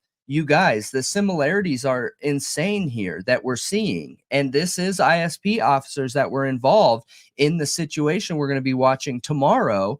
And it feels very, very, very, very similar to this. Very, very, very, very similar to this. And that goes back to my original question of if we see corruption, even in a micro level, a very minimal micro level, where do cops know to stop? Is there a stopping point? Don't you think it depends on the individual? I don't know. I don't think that it matters who specifically we're talking about. Moreover, the idea of as a collective people, do we expect it to stop if we see it start? Are there cops that are kind of dirty? Kind of do what they want? Like you're saying, can there be middle ground? Yeah. Can there be think tanking this through, right? So we're talking on a theoretical situation of the possibility of this happening within a police department where statistically we see it happening in these smaller police departments more than the metro police departments. And is there a stopping point? Like, what do you guys think? I couldn't come up with a stopping point. Well, I think that it's human nature to keep pushing those boundaries that once you, it's like they say with like domestic violence, like once you hit your partner, it kind of like breaks the ice and it ends up happening more. Yeah. Like statistically, I think that's the case. Like if Yeah. someone hits you When we once, covered they're it, gonna was hit like you again. 70% or something crazy. Yeah, it doesn't just happen one time. Mhm. They've already like, I don't know, but I feel like there's other situations like that. Like once you've, it's kind of like the whole gateway idea. Is there a gateway to corruption? Like a gateway drug? I mean, And I think humans are there always is. going to push the limits of what they're with, like the bounds that are set in front of them. And once a cop oversteps those limits, will they just keep pushing? But in Baltimore, specifically, they were trained from the beginning to be corrupt. So Yeah. they didn't know what being a good cop even actually was. They Yeah. never stood a chance. Yeah. And one comment I did want to make too real quick, because I saw Private 2007 say incompetence, ego, negligence does not necessarily equate to corruption. They are very different things. Also, corruption of one officer does not equate to corruption of all officers. I respectfully have to disagree with you.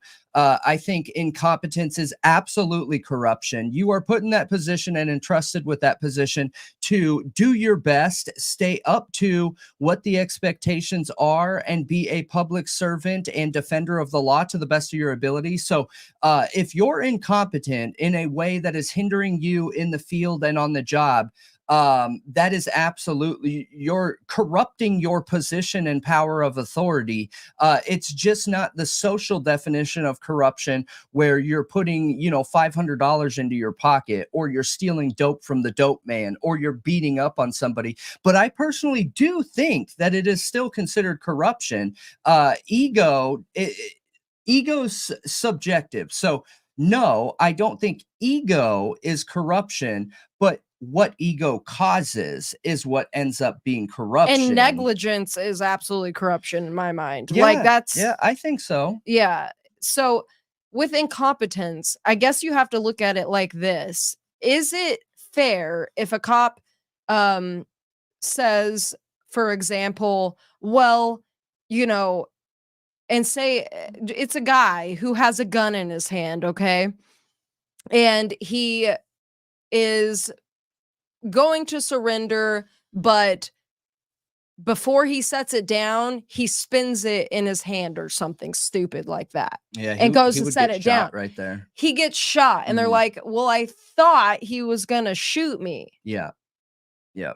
Is that considered incompetence? So it is no, in my opinion, you guys, and this is only because I did a lot of research into police training and I watched all the training videos that police have to watch when they're getting their certification. So they are that in my opinion would be considered systemic corruption in the way that they're managing the law, because it's not a problem solving tactic that they're using. But when they're being taught, when a police is coming up, is if that gun is pointing at you, you have the right to pull your trigger. And it is even in situations where the gun isn't in their hand. One of the videos that I watched showed a girl sitting on a couch with a coffee table in front of her. Let's just assume the coffee table's here and the gun's sitting down. It was a revolver, so it had a center point that was a contact, and she had her finger in the trigger doing this. Now, that trainer, you can't fire the gun like that. You might be able to accidentally fire it, but not intentionally fire it. But she was spinning it on the coffee table, and that trainer said, so the guys that were there, they didn't shoot in their training, and that the trainer stopped the whole thing, was like, why did you handle it this way? And he was super pissed off, like all drill sergeant-y and stuff. But he was like, why did you handle it in this way? You could be dead right now. As soon as that barrel pointed at you, you had the right to fire. Without her finger even on the trigger? No, without holding the gun. Yeah. Without holding the That's gun. so stupid. In my opinion, that is systemic corruption. Those cops that are being trained like that are being trained incorrectly, in my opinion, therefore creating systemic corruption. I do not think that is a problem-solving, trauma-focused, de-escalation tactic. That is full-on escalation and aggressive. It's also like in the Kopaka situation, okay? When you watch the body cam, the way that they're trying to supposedly de-escalate the situation doesn't feel that way. Like, it doesn't feel like they have any training on de-escalation, or, oh my gosh, I said that so wrong. But anyway, they didn't de-escalate well. Like, they didn't try to get to know him and have a conversation with him and build that trust. That is so important. And you see the FBI in body cam or interrogation footage do that nowadays. They mind F them to the point that they feel like they're their friend and they can trust them and they're gonna help them. But that's not the intention. They are totally not trying to they build trust, and it's like literally just a conversation. It's the same tactics that a salesperson uses, and that is being upfront, honest, and then but they're showing still manipulating them in like a more positive way than say the read any technique. conversation in life is manipulation. So when you have an opinion and your opinion differs from somebody else, we're inherently manipulating the facts into our perceptive, subjective nature. And that causes natural manipulation. It's not inherently bad manipulation or anything like that, but it is manipulation. So yeah, you're right. I just don't think that it's that they're trying to manipulate them. They are not trying to do that. That is the days of old. The Reed technique is trying to power trip manipulate them, not the new FBI version. Yeah. The FBI version is literally just building trust by offering real information and a real conversation to get them to open up. Yeah, but That's like it. a qualified, well-trained person who, I forget the name for it, but the person who comes in to de-escalate the situation, I feel like somebody who actually knew what they were doing, it wouldn't have looked like that at all. It wouldn't have sounded like the Kopaka situation at all. Well, no, because they never made contact. Hmm? They never made contact with Kopaka. Yeah. Never. Yeah, but you don't have to make contact to de-escalate. They had like phone call conversations, didn't they? No. I think they might. No, or they usually do is what I'm saying. If you can't make contact with the person, they try to get like they flew drones in there. They couldn't fly a drone with a phone in it Yeah. to talk to him? I hear you. I understand it. Look, they walked in front of his door a million times. And you guys, I know you guys have begged us to cover the Brent Kopaka stuff. And literally, as soon as all those documents came out, I think we were probably one of the first right after Truth and Transparency to get those documents. And I just didn't want to steal her thunder. So we have like 30 documents sitting there that we need to go through. It's a mix of body cam footage, and it's even stuff that I haven't seen out there before, honestly. But I haven't watched every single Brent Kopaka video out there, and we'll get to it, you guys. We absolutely will cover it. I just didn't want to steal somebody's thunder Well, I in also that situation, and we're covering other things. So yeah, we had planned other things, but I think it might be important. I mean, it's also not in Idaho, and I think that kind of matters, but I really would like to understand how like I wonder if the Kopaka situation can shed any light on the relationship between Moscow police and Pullman police or the university police, like at both places. Like, how good of a relationship do they have? Do they train together at all? Because the two different states have two different laws and they yeah, have two different training programs usually. yeah, they So do. I don't know how much it speaks to the Kohberger case. I don't know. And I Yeah, haven't figured that out for myself yet. yeah, yeah, I don't know if it applies at all, honestly. yeah. So the task force is a combination of WSU, PD, and MPD. Interesting. What are you talking about, lady? The files, we didn't get them from Lana. We submitted our own request. Oh yeah, I sent in FOIA requests. I still Several we actually. still have content that nobody has And I posted. contacted the state police and the local police. I got it all, but we just didn't want to cover it at that time. Yeah, yeah. And we definitely give shout outs. We are, I think, personally, and there's very rare times that I say this, but I think we're one of the very few creators that will give a shout out to everybody and anybody. Even people that do us dirty, I'm still going to give them a shout out because look, I go to sleep in my head at night. I'm not worried about somebody else's head. I'm worried about mine, and I'm going to treat everyone with a level of respect, even if they don't treat me with respect. And that's just my personal opinion. You know, I've gotten very far in life by taking the passive route when it comes to certain situations. And I just prefer to do that, honestly. You know what I mean? So, Yeah, just but we'll cover the I mean- Kopaka stuff, and we probably still will give TNT a shout out, honestly, just because she has done a ton of coverage on it. Yeah. And we won't be covering it to that extent. But we definitely have some interesting stuff because every FOIA request is a little bit different, you guys. Like every FOIA request you submit, it's almost like they have all the information in a hat and they're like, I'm gonna grab 10 pieces, random, like and that. then just throw them together. It's absolutely insane. And you got to keep submitting it, keep submitting it, and keep submitting it. And I have some weird Brent Kopaka stuff that is audio only that I've never heard before. Where are they? Let me see. Where's my Kopaka file?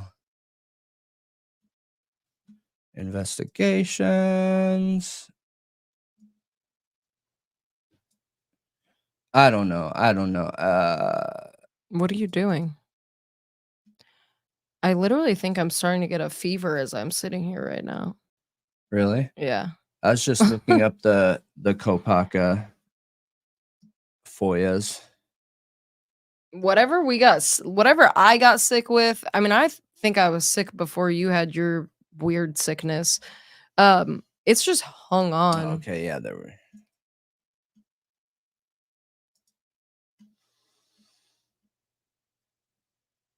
Yeah, we throw out shout outs to everyone, you Hey. guys, literally everyone. I just want to say that shouting out content does not mean We're co-signing. we're co-signing anyone's personal decisions. Yeah. Ever. That's Yeah. not how it works.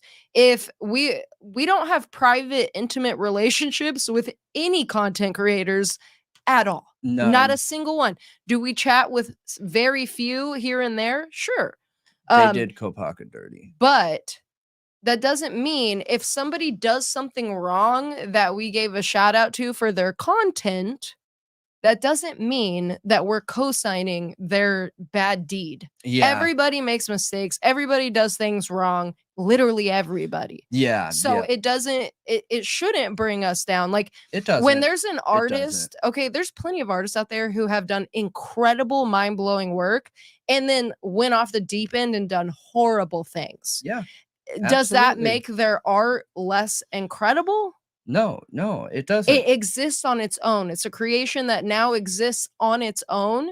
And that person, Yeah. whatever, like, yeah, that person's not a good person. Like, and I'm talking about artists. Yeah. But Yeah. No, absolutely, with content creators, and I believe in that wholeheartedly. But that also goes down the line that we touch on pretty frequently, where there are some people out there that are like, "Ooh, I don't really know if that's a good idea to talk about that." Look, you guys, I don't believe in those things. I don't believe that there is things out there that we can't talk about. What we're talking about isn't a problem. It's how it's talked about that's the problem. yeah, Same thing when it comes to content creators. I'm going to give somebody a shout out that deserves it based on their video or information that we've learned from, watched, and had some good stuff in there. I'm not co-signing them as a person. I understand that the internet world wants to work like that, like they want to. However, I decide what I'm doing, you know what I mean? Right. And if I say that I'm not co-signing them as a person and just their video, then that's what it's going to be, you know? Mm-hmm. Exactly. And I agree with you, Plumbing, and thank you guys for the well wishes. I appreciate it. And Heather said she gets delusional fevers. Like every time she fevers super high and gets delusional. Well, maybe that's sucks. what happened to me, you guys. Do you guys remember when I was super sick with that super funny picture? Let me see if I can access it again real He quick. was delusional, but I made you take your temperature and you didn't have a high fever. Dude, what are you It was talking about? 101.5. No, it was 102 point something. No, like it Yes, it wasn't. was. Yes, it was. I even have a picture of it. So maybe when you were here, I don't remember a lot of that. But yeah, I was legit like couldn't open my eyes. No, and he was out hallucinating. of it. He was really out of it. That's why I didn't know if I Yeah. should actually post this picture or not. Yeah, I thought like he this is was legit for real. Super, super sick. I don't You're remember any really of funny that. when you're delusional, though. Like, Maybe. really funny. You suddenly just have this massive sense of humor when you're delusional. Well, I mean, humor is not logical, so I guess that makes sense. So, It's like your uh, logical side of your brain is shut down. yeah, So it's just all the funny. I wish I could do that at will. That would be really awesome. I would love it. But yeah, going back to the police, I mean, gosh, I wish the scrubbing of Tolson is so strange. The scrubbing of Tolson and the Brady Giglio stuff throws me for a loop, man. It really throws me for a loop and makes me wonder if there's something more going on here. Because look, let's be real here. The information coming out that is thrown all over the place is real. It's problematic. There's issues with it. It's made it confusing. Now, I'm not shocked that that's happening, but what makes me feel weird is the why behind that's happening, right? It's happening. It is what it is. Everybody's confused. Everyone thinks they have their facts straight, us included. Everyone has all this different information. Some of it's real, some of it's verifiable. Some of it's being verified by mainstream media. Some of it's being verified by, it's just so much information and so much wrong information. And who knows what's right information. It's just a giant cluster of random stuff. And why?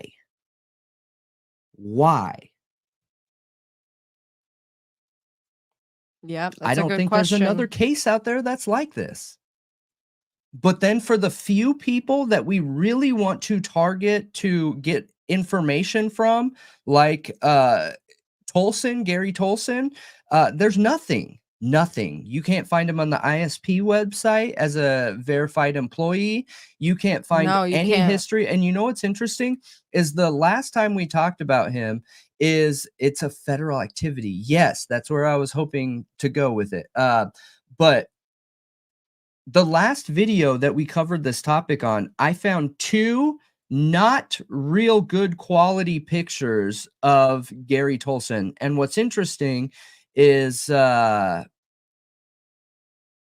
I just don't remember what video they're on. They're out there in our videos. I just don't remember what video I have them attached to. But Wait, I can't find those 2 again at all, no matter what. I can't find it on the gray web even. I can't find it by going international and changing my geolocation and VPN and searching that way. Like I literally can't find it. And that's really rare. There have only been like literally less than a handful of times that I can't find stuff on the internet. All of these cases, because we're going to be talking about more cases of corruption, specifically in Idaho this week. And even another one that is lesser known that Gary Tolson was a part of. So do you think that possibly with the Kohberger case and the Dr. Moore case and these other cases that there actually could be some kind of federal investigation into Gary Tolson? But if they were investigating him, would they scrub him from the internet? Listen. Or is he like what would cause why would the Fed scrub a state officer's information from the web? Like what kind of investigation, or are we saying he's undercover? What would warrant that? I don't know for sure. I'm not sure. I know that yeah, Tolson was one of the ISP officers on the Dr. Moore case. Clue. Yep. Yeah. He literally was part of altering and changing timestamps. He was the person that came out that said the FBI was involved in the Dr. Moore case, and they weren't. He was the one that said that marshals were involved, and they weren't. No one was involved but those 2 fraudulent ISP officers that literally changed evidence to match their story. They altered video and timestamps to fit their narrative to convict Dr. Moore. Well, you know what's also interesting is with those timestamp videos of Dr. Moore's vehicle, they change the timestamps and alter it in a way and like put all these different videos together to make it look like he's circling the place. I know. In the same way Bryan Kohberger was circling 1122 King Road, according to them, which is a huge red flag for me that he's involved in this case and he framed a guy using that method. And then we're seeing something that kind of looks like it could potentially be reminiscent of that. It makes me nervous. Is that why we haven't seen any picture of the car at all, period, except for that one convenience store? Yeah, no, and that was not put out officially by the police. I agree with you. And what's interesting too is the 2 cases that we're going to be talking about. So look, okay, the scientific method, like you need 3, okay? You need at least 3 of anything, right? Because a one-off just isn't enough to prove verifiable information. You can't take somebody to court and convict them with a one-off for like a corrupt cop. So we have Dr. Moore, where he is proven to do corrupt and fraudulent things like alter timestamps to set up somebody Tolson. as a patsy. Yeah. We now have another case where we're seeing this happen, and potentially Idaho 4 case. If you're seeing repetitive behaviors out of one individual, aren't you logically assuming that the other cases are being handled in this way too? Somebody said dude is more elusive than Bigfoot. He is. I'm telling you. Try, you guys. His name is Gary L. Tolson. And I know where he lives, but I'm not going to share that information. And no matter what, you can't find him. You cannot find him. Cannot. The president of the University of Idaho just released a book on how he successfully handled the homicides and names BK as the perpetrator before the trial even begins. Yeah, isn't this it right here? Isn't this it, you guys? What? By popular demand, our president is sharing his perspective on management through periods of intense turmoil and difficulty. I hope you do find him, Cluminati. I found him in the past, and all that stuff is scrubbed. So if you want a direction, there's a picture of him training people in a jail, and he's standing in a doorway. I can no longer find that picture. Whoever is doing it's a paid scrubbing or a federal scrubbing. It could happen if there is an open case and they don't want attention. That's pretty common. And Dr. Moore could be taking it federally, getting the Department of Justice involved and the Department of Human Services. It's possible. I don't know, but I hope you find it. I really, really do. So Gary L. Tolson, and he lives in northern Idaho area where he works. He works the zone number 1. I don't remember if Idaho's split into 5 zones or 6, but he's in zone 1. So that includes Coeur d'Alene, Bonner's Ferry, all those places. If you guys find something, let me know, because I'm very good online and with tech stuff. Very, very, very good. There's only a few situations, and this is an actual, it's intentional. It's intentional. It's not like, hey, I can't find this picture again because I don't remember what I looked for. This is intentionally scrubbing all things except for active cases right now. So Tolson has a couple pending cases against him. One of them we're going to be talking about tomorrow or the next day. The other one's Dr. Moore. You can find information on him within those 2 cases and nothing else. No, when you search his name, that's what pops up is those court documents about Dr. Moore. Yeah. And that's literally it. But we appreciate that clue. Yeah. Yeah, definitely let us know. And Michael said that's an FBI thing. Yeah. He's not in that department. Interesting. I mean, I hope something is going on, because there's a problem there. There is a problem there, a major problem, you guys.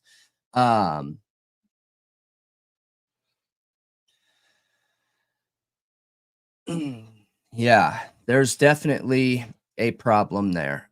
So, but going back to the case of the Baltimore case, when we're seeing some of the behaviors coming from the Baltimore team, I just keep going back to some of the correlating factors. Now, one thing that I highlighted in the video also that I wanted to point out is in Baltimore, there were over 10 officers that lied on the stand, okay? All 10 of those officers were proven to have lied on the stand, and they were no longer allowed to be eyewitnesses in court anymore. So Good. Right. Are we seeing this happen in Idaho? Because we have a couple proven cases where ISP officers lied. Is this happening? Is this happening here? He was proven to lie? No, that they're being told that they can't come back to court. Because in my opinion, if an officer lies in court, a sworn officer, a public servant lies in court, I think they should be fired. Yeah, I think they should be fired, not just told not to come back to court. If it's Right. but they have to prove it. Like, they have to prove that they knowingly lied, which is probably kind of hard to do. Well, they did it in Baltimore. It wasn't opinion. Those 10 officers were proven to have lied. Now, what's interesting is one of the cases that we talk about, that officer is proven to have lied. Now, when we look at the Dr. Moore case, it was literally Tolson and Van Leuven who gave eyewitness account testimonies to lying. Yep. So the next we see is him in the Idaho 4 case. Yeah, I mean, I don't understand how they can still be on the streets. I don't get it. Oh, I won't say it on stream, actually. I was going to say I should look into that one officer we were talking about the other day to see what happened to him for lying on the stand. I can't remember his name I already know right what now. happened. You do? Yep. Okay, well, then you can bring it up on Wednesday. I'll bring it up on Wednesday because it is wild stuff. Now shout out to Sleuthy Goosey. This is who I took it from. And they're on their Twitter, on Sleuthy's Twitter. But Kathy Madbit, right? Which is the medical examiner. She's the coroner. Or I'm sorry, the coroner. The coroner, you're right. Had responded saying, yes, these were the people that were present during the whatever. I'm having an ADHD during the moment right now. autopsies. During the autopsies, yep. And it just says, good morning, Nicole. Sorry it took me so long to respond to your request. Detective Danny Vargas from Moscow Police Department was at the office. Also, Detective Sergeant Gary Tolson from Coeur d'Alene, Idaho State Police Office was in attendance. So, if we see proven corruption from said officer Gary Tolson, we're able to prove that, then we need to look into what was everything that he touched, right? Wouldn't that be the obvious connections to start making? It is for me, at least. That's my go-to. If I see a problem, okay, where did that problem go, right? Where was that virus going to and through? And it's interesting seeing just how much involvement Gary Tolson had. Yeah, it's odd. It's odd how much involvement he had. It's odd. And the fact that Ann Taylor was requesting things taken from the autopsies from these officers. Yeah. Yeah. Because that's where we first learned it. I've thought about just straight up calling Tolson and being like, yo, can you tell me the nature of your relationship with Officer Brett Payne? Oh. What?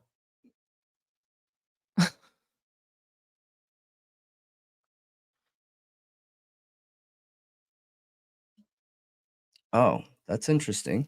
Yeah, very interesting. But yeah, I might, I don't know, Cluminati. What? Why not? What could it hurt? It doesn't. I tend to be a certain type of sleuth, okay? There are sleuths out there that put their feet on the street and actively go and seek out evidence. I tend to be super nerdy, and I can usually configure up some kind of software, online, computer, statistical probability of demographical statistics versus evidence that we see, and usually run with that. However, I would be willing to do it. I don't know what kind of door that can open up. I have good contacts federally, and I don't know what's involved. You know what I mean? Mm-hmm. Sure. Yeah. I mean, Is he a representation of the federal government, like an employee? Is he an informant, or is he the target of the investigation and has connections to very scary people? You don't know, you guys. You're gambling, right? And I just don't know if I want to go there, because I have enough evidence to prove to myself that he is corrupt. don't you think it's a little weird that the R is missing in coroner? No, I think it's a little odd.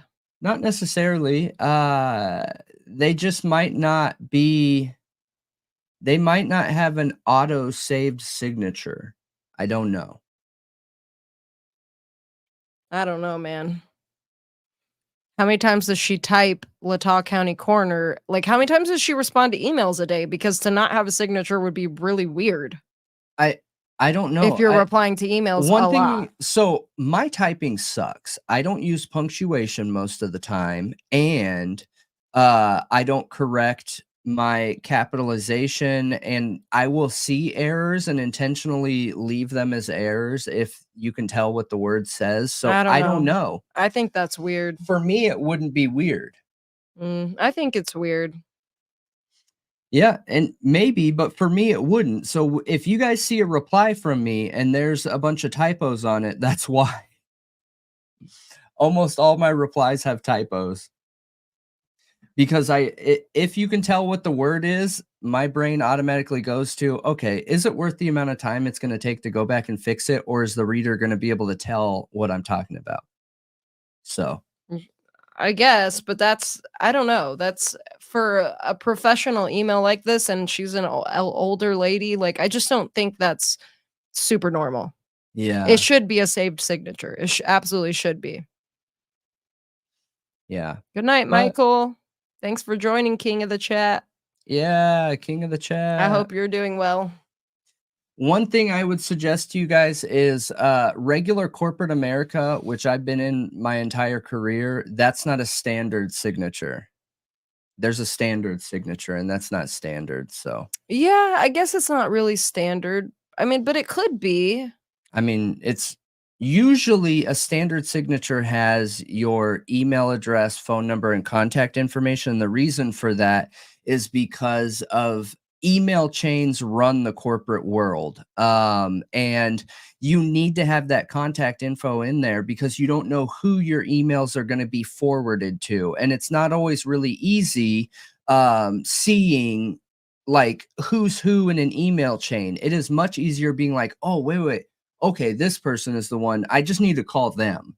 Mm-hmm. You know what I mean? So I just don't feel like it's weird, but it could be. I don't know. I don't know. It definitely could be. For her profession, I find it weird. But CH did mention it's the last letter of the word, so maybe not. But for for someone in her position, you would expect her to have a saved signature, and like someone who's like trying to create this to throw people off. Yeah. Like, and I'm not saying Sleuthy did that. Maybe somebody sent it to her that did that. I mean, who knows? Who knows? I have no idea. It's not like we've asked her about it, but I find it weird. Yeah. Well, this is not copied and pasted. This is a snippet picture. This is a picture.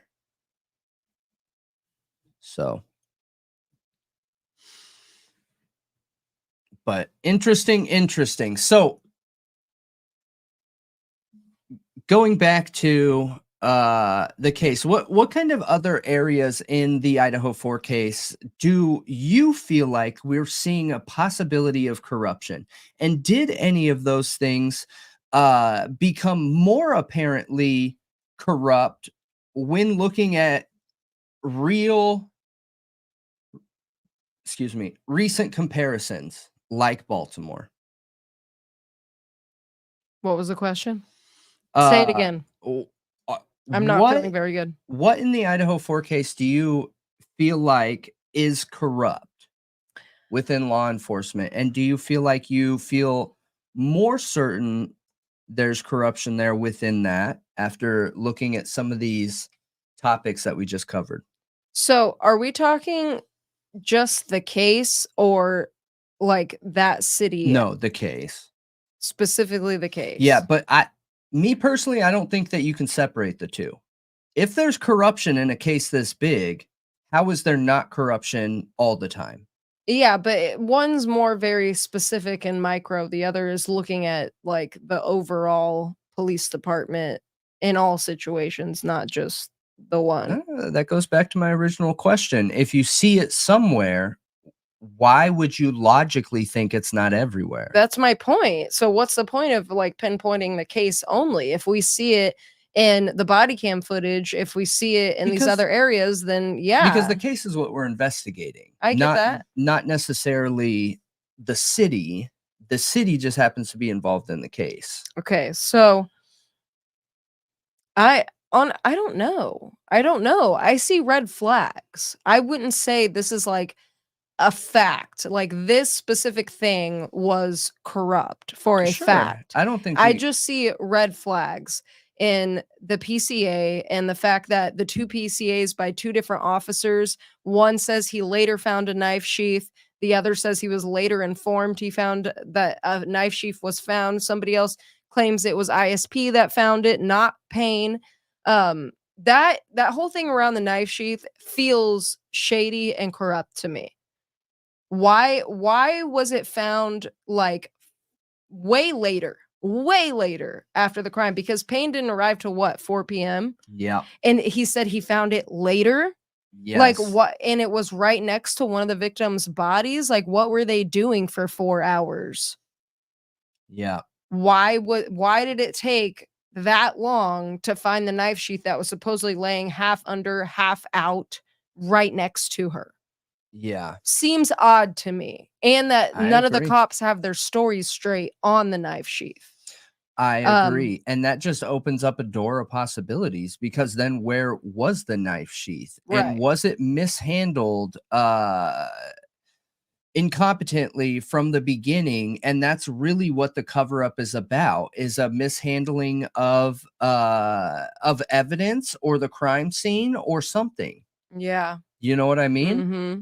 Was there a mistake made on police's part? And that's what this weirdness is about. I don't know. Yeah. But if we have evidence of corruption. Well, do you think, okay, hold on. Staying on the knife sheath for a second. Do you think if you walked through the house, okay, imagine you're an investigator, you're walking through this house, you look at the bodies, okay, you take your time, you look over them, and then say you go do something else for a minute, or you go to the next room with the next set of victims, and then you come back and you're like, there's a knife sheath there, and it wasn't there an hour ago. Well, do you think their automatic conclusion would be that it wasn't there an hour ago? Because if it's me, I wouldn't think that. I wouldn't think it wasn't there unless there was like a whole bunch of people in there, and I would start going through. Yeah, but how closely were they looking at them? Because I think you could know, like, that wasn't there just earlier and ask questions. Like, I didn't notice this before. Was this there before? Oh gosh, that's such a subjective way of looking at it, though. And I don't trust myself in that way. Yeah, so but if they found out that it was planted, would they go along with the narrative to cover their own butts? Like, if they found out, like, this got planted by somebody, we just don't know who, or it was this officer, would they just continue to cover and cover and cover? Oh, absolutely. Absolutely. Absolutely. That is the danger in the blue blood mentality. Absolutely. And that's one of the things that we've been talking about. And one of the potential reasons why that officer in Baltimore, there's a group of people that believe that he was ended intentionally. There's another group of people that believes he ended himself. And then there's another group of people that believes that he really was in a shootout with somebody and tripped and somehow accidentally got himself. Now, in that situation, there's a lot of people that believe he ended himself because even though he was a good cop, he didn't want to roll over on his brothers. Right. So yeah, I think that keeping your mouth closed allows cops to believe that their integrity is intact. I do. And I think that's provable. I think we see it all the time, and I think that's provable. And if this is from a TV show, you guys, so very up in the air whether this is real, but multiple times in that TV show that I was watching, We Own the City. Yeah. yep, they made comments saying, "Hey, I want to hold out on convicting these guys because federal investigations take years, if not a decade, literally." But they kept saying, "We want to hold out on convicting because we want to see how high up the chain this corruption goes." Right. And by corruption, they mean officers that aren't speaking up, because that is corruption. Yeah. That is It is. a tainting of the law.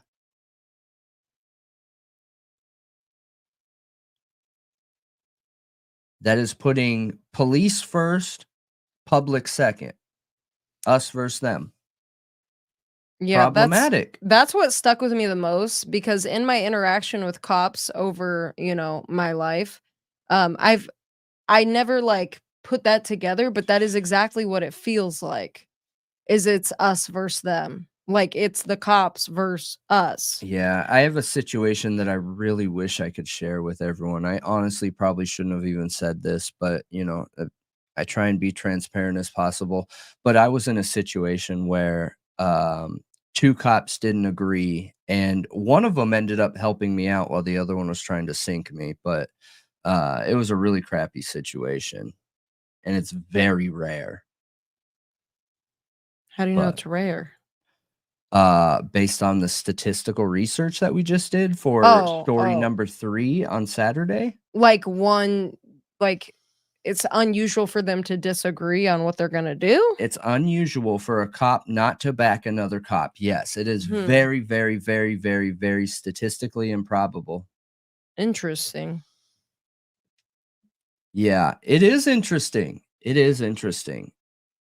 And it makes it really hard, because I think that one of the things that happens when we're trying to objectively look at the possibility of there being corrupt police, it gets so jumbled into, okay, well, what is corruption? What corruption are you talking about?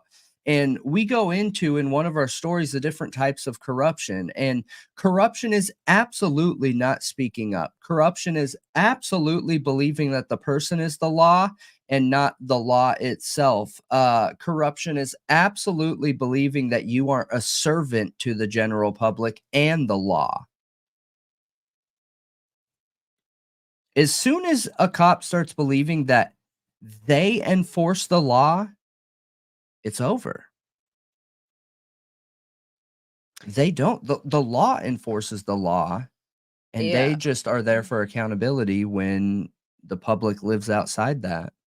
Yeah. I mean, unfortunately, cops they put too much.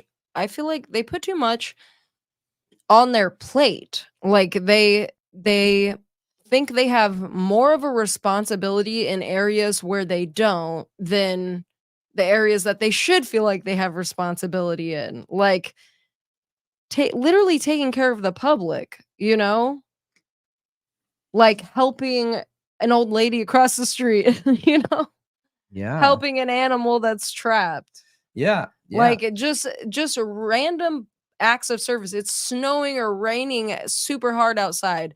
and they give you a ride, that kind of thing. I've never gotten a ride by a cop walking in the rain or the snow, ever. I have heard people who have had that happen, which is really nice, but I wonder how often that even happens. Yeah, I don't know. I don't know. I don't And know. it's hard for people when you talk about police corruption for them not to think that you're just ragging on all cops and like you hate police. It's not like that at all. It's not. I really hope the best in this case. I really hope that they dotted their I's and crossed their T's, but it just doesn't feel that way so far. No. It doesn't feel that way. And one thing that I just keep going back to that is really, really, really strange is I wish that, and I could get this information. It would just take a lot of effort to get it. I really want to know how far back it goes where they've only hired military. Because I like That's that military is getting hired. Absolutely, Yeah, man. sure. I want our military guys to be able to come home and get a great job and continue that service because it's something they believe in and care about. However, when we're in a situation that doesn't require military training, like you're being hired for some kind of further military job or whatever, like law enforcement, or not like law enforcement, I mean, anytime I see a situation where they only hire ex-military, it makes me wonder why. Yeah, definitely. Like, really makes you wonder why. Mm-hmm. And it makes you wonder what kind of dynamic that makes between them as officers. Isn't that funny? Does it make them more militant overall? Does it make them have more camaraderie and like more bonds than normal? More trauma bonded? I'm going to get a thermometer. I'll be right back. Okay. More trauma bonded? Yeah, trauma bonding is scary. It is. It's a scary situation.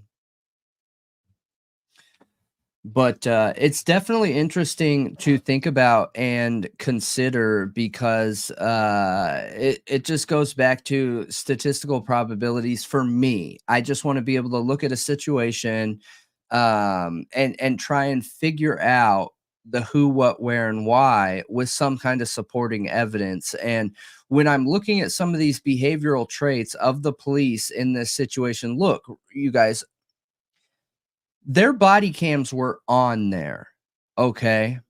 And that's how they acted. All of their body cams were on, and that's how they acted. How do we think they're going to act when their body cams are off?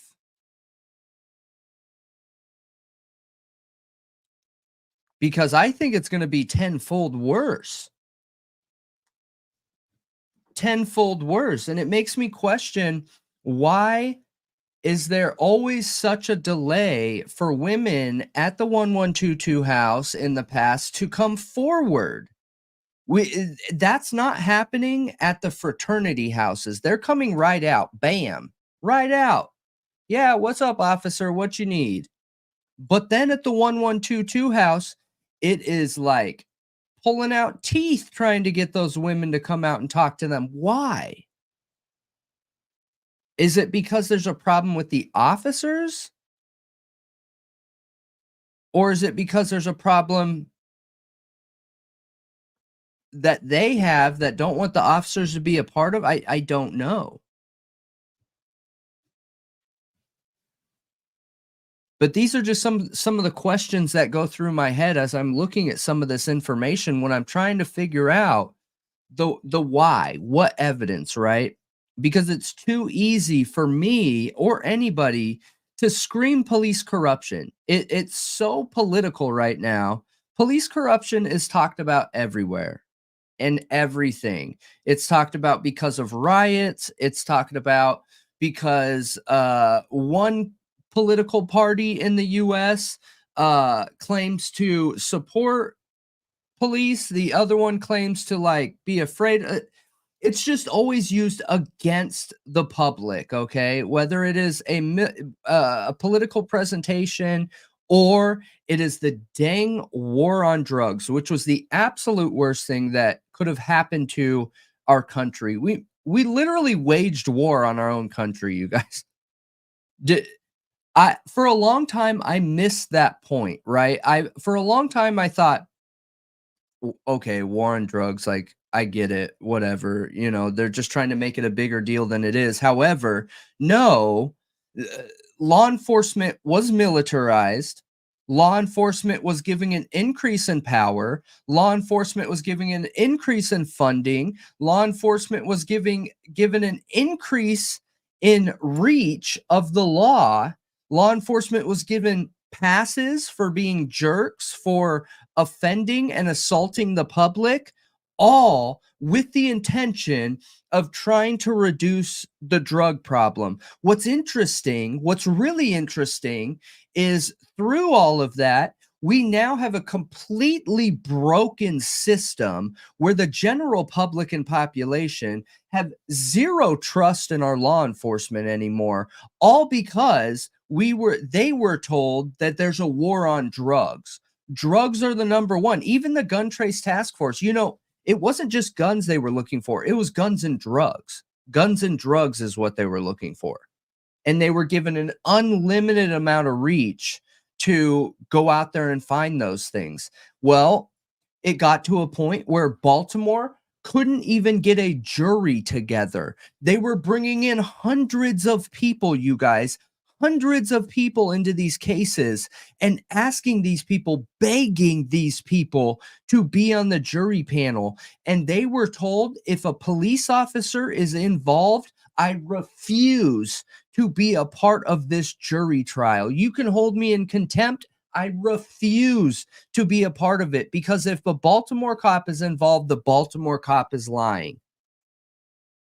All from the war on drugs. All right. Now, what's interesting, and I didn't make this point earlier, Baltimore was a zero tolerance state. Do you know what other state is zero tolerance? Idaho. Zero tolerance. Idaho. Not only that, but they are right next door to an open state when it comes to chemicals, drugs, alcohol, pot, all of those things.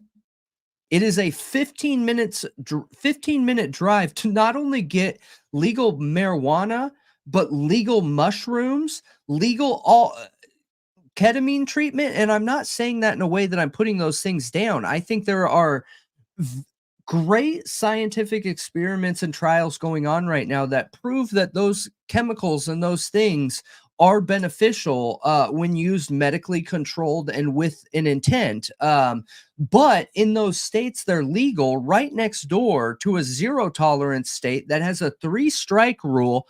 While I understand it's not always enforced, but the thing is, it's still there. A 3-strike state where if you get caught with three felonies on drugs, you can go to prison for the rest of your life for dope. For drugs. Oh man. Insane. It's crazy. So, what started the Baltimore PD's overreach of authority, militarization, the distrust, the power to be able to rob these people and conduct themselves in this fraudulent, corrupt manner is the same background and setup as what we see in Idaho. I can't believe I forgot to talk about that until now. But they had the same setup, the same abilities. Now we see the Baltimore PD doing these similar things that we're seeing on a micro level in Moscow. And what's even more interesting is post 1122 crime, we see the police department change their tactics. What was 20 years ago? The Baltimore thing wasn't. The police changed their tactics, meaning they knew they were doing something wrong. Somebody knew it. Mhm. Somebody knew it. Whether it was all of them or whether it was the management, somebody knew it. Otherwise, they wouldn't have changed it. Right? It's the same evidence they're using against Kohberger with, well, he popped up 12 times and then he stopped showing up.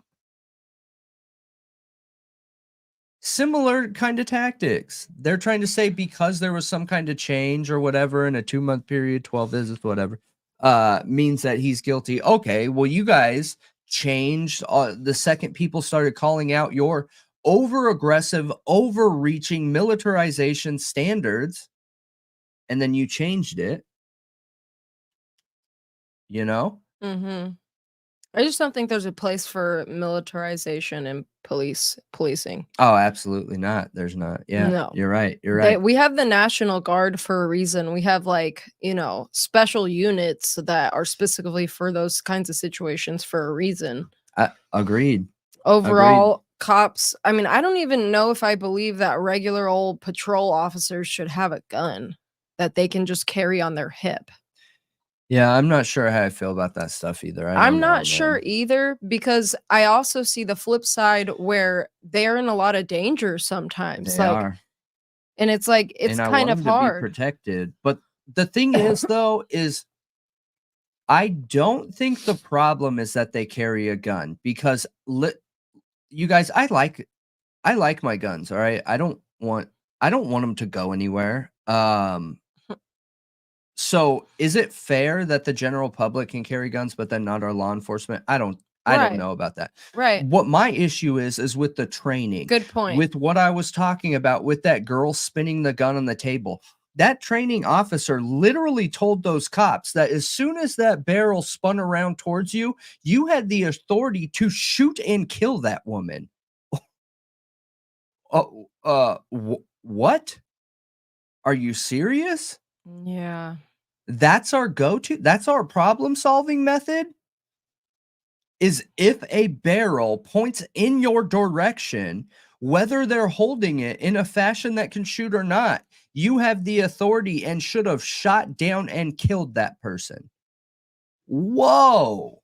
Yeah, it's That's crazy.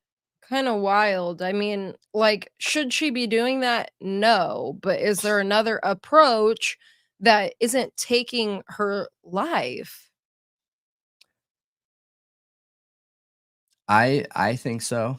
I think so. What's interesting is, our feds lead in policing procedure, okay? Regardless of how politicized the feds are right now, okay? We have the FBI that I'm going to use as an example. So, the majority of the states right now, their police officers, their sheriff's departments, their state law enforcement are using the Reed technique right now, okay? And I will try and pull this up while I'm talking, while I'm ranting here. But what's interesting is the Reed technique's statistics around success is super problematic, and it shows that we're getting wrong admissions of guilt like in upwards of 20% of the time, okay? So how successful is that? And I don't think that that's within a range that should be acceptable for successful. So now looking at the feds, and I'll comment on it. Looking at the feds, the FBI has not used the Reed technique in like 2 decades. The guy that changed the way that the federal departments used interrogation techniques said that he started changing it in the late 90s, okay? So if there is that much of a gap, okay, when you have the FBI that is leading in policing and procedure, but then you have the states that are holding on to these old tactics, we see obvious problems there and major issues. Why are our state law enforcement not thriving to be better and thriving to catch up with what the federal policing standards are. I just don't understand, because all it does is cause problems like this. These problems cost money. These money problems cause issues and distrust within the public. Absolutely. I don't know. Yeah, I think that states are probably slower to catch up to the 2 feds. decades. Oh, Yeah. jeez. Idaho's just really slow on everything. They're so behind the rest of the country, dude, in their laws and the way they treat their citizens. It's really backwards. Like, the whole state feels backwards, like a podunk town. The whole state is just a podunk town with the good old boys clubs. Like, it's Well, literally the ISP. So we have a lot of viewers that are from Idaho, and they literally have some of the best information They that say the worst things about Idaho. I know they do, but I think their justice system is the podunk justice system, not Idaho as a whole, because most of our Idaho viewers are like, yo, I live there and there's a problem and it's awful. And, they go into this long explanation about like the pros, cons, and other. And I appreciate that information. I've learned some of the most from those people in Idaho and some of the most from those viewers that watch our long forum podcast from Idaho. And they're some of the most intelligent people. So why in a situation like that, where you have college towns and just an overabundance of intelligent people, is there any way for the justice system to be allowed to withhold everything back in that nature? Why? The Reed technique is not just fine. I don't agree, J. Ray. No way. Like, it's not fine.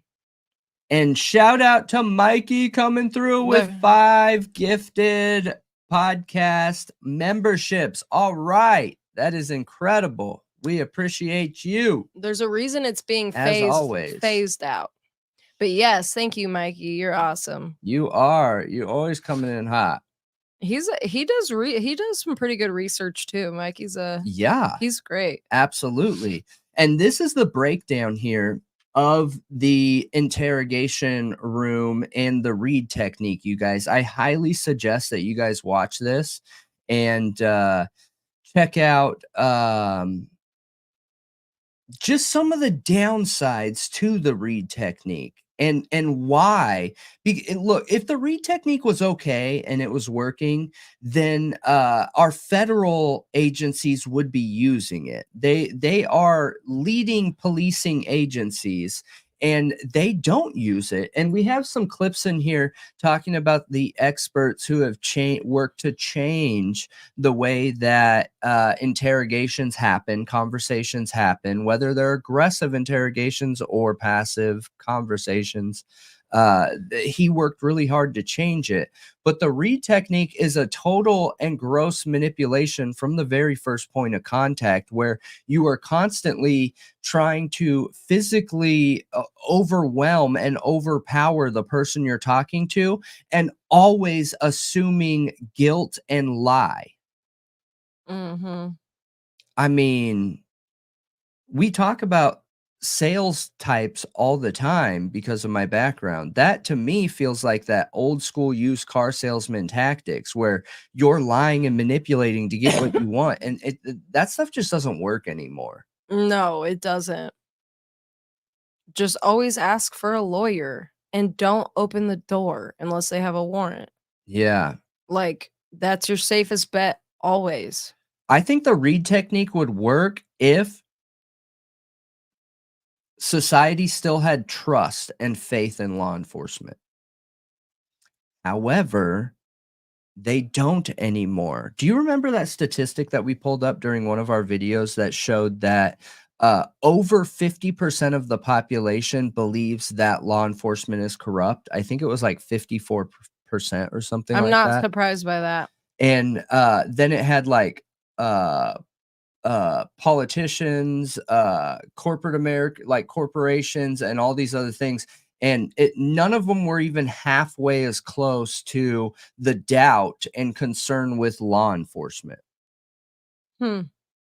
Interesting. There's major So people problems. trust corporations more than cops? Yes. Whoa. Like by a long shot. That's kind of By a long scary. shot. Kind of scary, dude. Super scary. Because corporations are probably worse than cops in all actuality. Yeah. Did you check your temperature? Yeah, I have a fever. You do? And I have body aches like all over right now. My back What? is killing me. I kind of wondered if it was my kidneys, but I don't know. I think it might just be body aches. But I've been sick for so long. I figured it was just like a sinus infection or something. Yeah. But maybe it moved into my lungs or something, you know. I don't know. I'm kind of getting nervous. I'm going to the doctor in the morning despite -degree weather, I guess. That's interesting. You know, I just took some medicine to lower the fever. I heard that if you get a pot of like lukewarm water and put one foot in it, while the other foot is above your head and huff 10 times, that reduces the likelihood of you getting sicker. What the heck are you even talking about right now? No? You don't want me to get a pot of water? No. No, We thanks. can do this thing. Yeah, but people with long COVID, do they like get a fever again? Or do they just have like those weird little symptoms? Yeah, you know, like brain fog and all that stuff. Because I'm pretty sure I had long COVID and like what, 2 years ago? I don't know. Maybe. It made me literally black out Christmas. Yeah. Like, I know zinc is a good suggestion, Cluminati. I found that out. And Airborne has zinc in it. So if you drink it like they tell you to. So apparently, when you get sick with a virus, there's been studies proven showing that if you take zinc like early on in the virus, like when you start feeling the symptoms, and you have to take it multiple times a day, that it'll reduce the length of the virus, like the symptoms. You want to know something funny? I don't know if I told you about this, but you know how yesterday we were talking about like some of the issues we've had where content has gotten flagged and stuff, and I was like giving the rundown of how it doesn't really impact us. It ends up actually helping us like globally, whatever. Well, between yesterday's stream and today's stream, there was a major spike in people trying to search like who we were. That's interesting, huh? Weird. Yeah. So there was a huge spike in Thought Riot Podcast hosts, Thought Riot Podcast Brendan, Thought Riot Podcast Malia. So people are trying to troll us, figure us out, which is fine. I don't care if they figure out who I am. It doesn't mean anything. I think my fever was It's just just like funny. 101, but with how bad I feel with just that, like the baseline temperature basically, and it came on so quick, I feel like it's gonna get higher because I feel pretty bad right now. And No, don't back off your comments. We don't believe in doing that. We don't not talk about anything. no, you can comment there's nothing. anything. There's no reason why. I think why people were looking into that stuff, because my contact reached out and was like, yo, this is what's going on. So I had already known that we had been targeted because I get a call every time we get a video flagged. I just, because of our Google contact, not YouTube contact. Okay, Google contact, not YouTube. That doesn't affect us when our content gets flagged. It honestly ends up helping us for brand recognition overall, and that's why that we've hit the top 5 in other countries, because when our videos get flagged, we just get more known on these other platforms. And I just don't want to share what that is because I don't want it to go away. But yeah. Oh no. It's just interesting. Oh no, Kane, that sucks. And Plumbing said because of the type of chemo he had, he can have COVID symptoms for up to a year. What? That's wild. Thanks. You had chemo? Thanks, Man. Heather. I think he said that before. Yeah, I do remember him saying something about getting over that. That it's not. Or Yeah, that is not the first time somebody's called me malaria. Not the first time. that's super funny.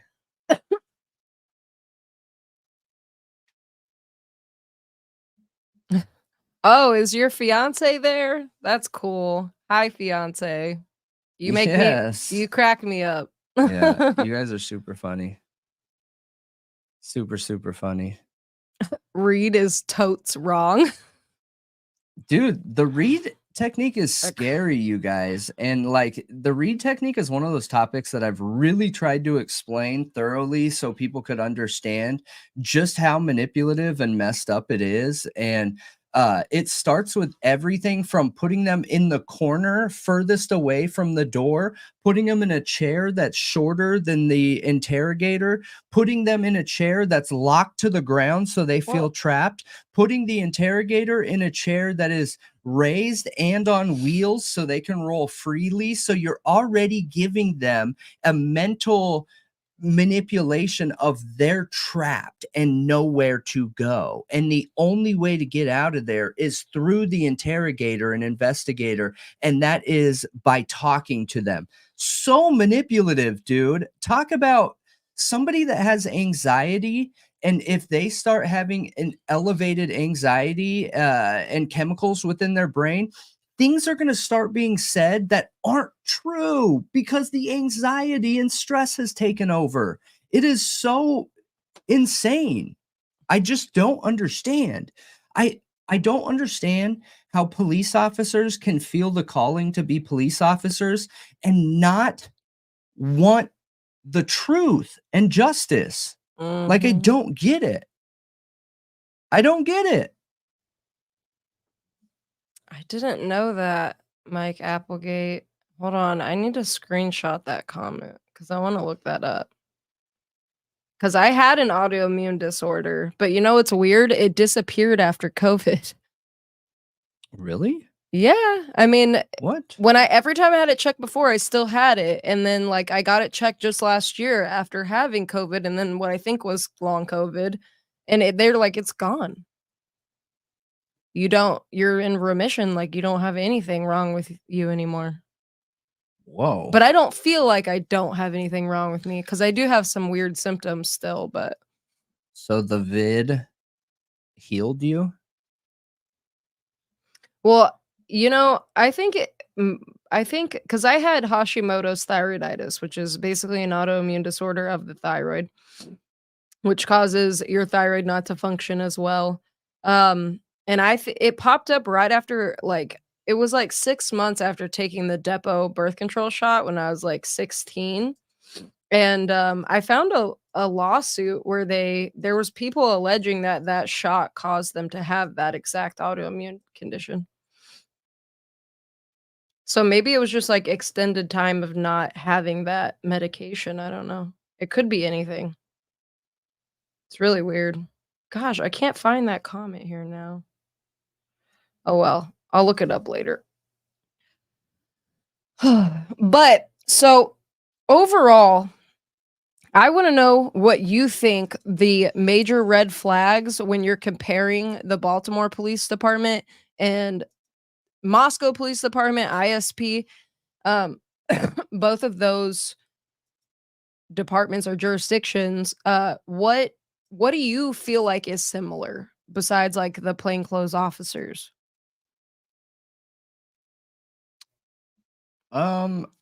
Yeah, I feel like a lot is similar. I think because of my background, my subjective background, I lean on and focus on behavioral traits, micro expressions, and body language a lot. I depend on it for the success of my sales. I depend on it for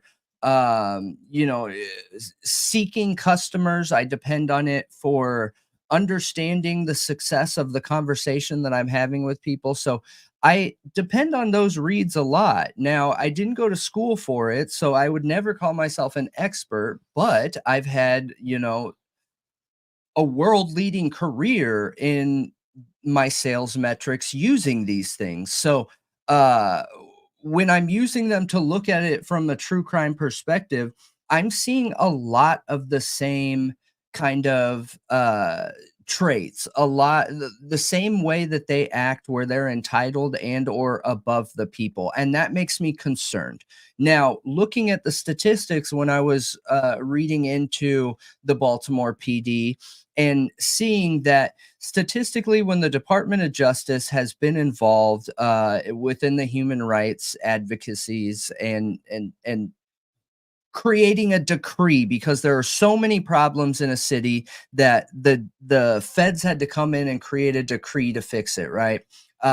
They have shown that statistically, when there are multiple officers or one officer involved, there tends to be tenfold what that number is. So essentially, it's proof that if there's one, there's 10 more officers that are corrupt, right? Because it ends up being a culture. It ends up being a way of thinking with their camaraderie and their brothers in their department. So when I'm looking at that, and then I'm looking at the guaranteed 100% corruption of at least Van Leuven and Gary Tolson in the Dr. Moore case, it makes me feel like there's more going on at ISP. Then I see the way that Baltimore PD would pull people over and approach people that were just hanging out in the corner doing absolutely nothing wrong. The killing of Freddie Gray because they said he had a knife, which he never pulled out, by the way, never pulled out and threatened them with it. They just said that was enough to end him. Then I look at Moscow PD approaching these houses and acting like they have the authority to control the people and that location in the same manner that Baltimore felt like they had the authority to control these people and in this manner. And it makes me worried. I feel like I'm seeing the same kind of expectations, body language, control issues, ego issues, tactics to manipulate and control people. And I understand what we're looking at from Moscow are little things. Like I said, I'm not trying to hang my hat on that. What is going on with Moscow are little things, but they're still wrong. They're still impeding on personal rights. They're still breaking the law. They're still using the law to your advantage. So then I think, where does that stop? Does it stop once it's gotten to that point? Or once it's at that point where they're manipulating the law in their favor, is it open season? Yeah. And I don't have those answers. Yeah, it was Gary Tolson that was scrubbed from the internet. But yeah, I agree with you. As a whole, I feel like Yeah, the from bodies. what we've seen, they're really gung-ho about getting a conviction, and it feels like it's almost by any means necessary to get that conviction, which it makes me more think there could be a case of tunnel vision. When you see that, I feel like it can be an indicator of tunnel vision and them honing in on one suspect. And I think we all see why that could happen for the most part. When you have a university town that literally wouldn't exist without the university, and you need students to make it work, to make that whole town function and have revenue. And you also have the president of the university so involved in the local politics and the police department. So, I mean, it makes sense. Flaws the justice. It does, because you rush to a conclusion and then to a conviction, instead of just letting the investigation lead where it may. So, I mean, there's statistics on how it makes them more prone to error.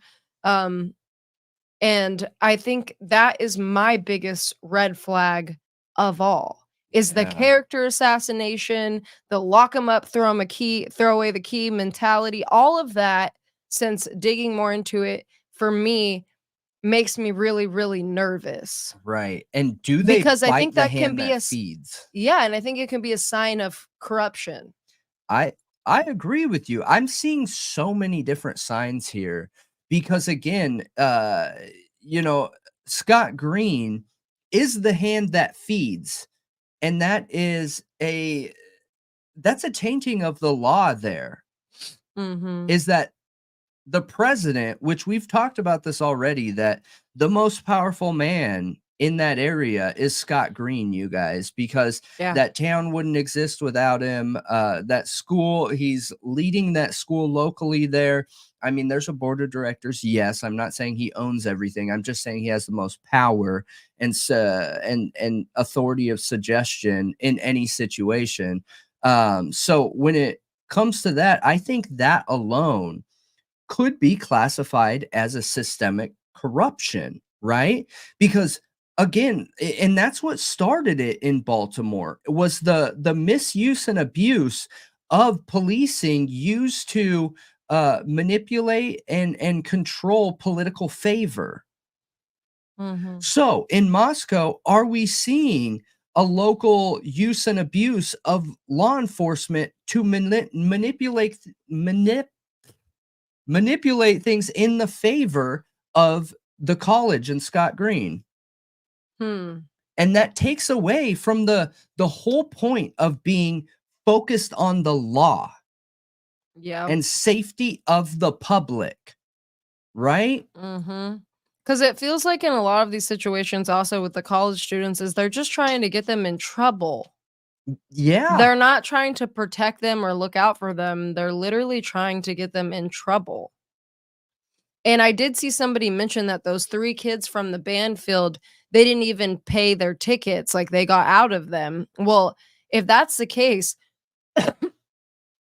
is it because okay, so we talked about Baltimore, right? I know. We talked about the I politics. just made that connection. We talked about the politics involved in the policing and how when the politicians needed it to look like they were really like cracking down on crime, they would just arrest people for no reason and release them. Yeah. So that their Because arrest the arrest percentages would go up and it would look like they're cracking down on crime, but they're not really. because they get released. Yeah. Yeah, they don't like go to court or pay any fines. So and that's like a proven fact. That's what happened in Baltimore. Mhm. And apparently that's not I mean, Baltimore police were literally bought and paid for.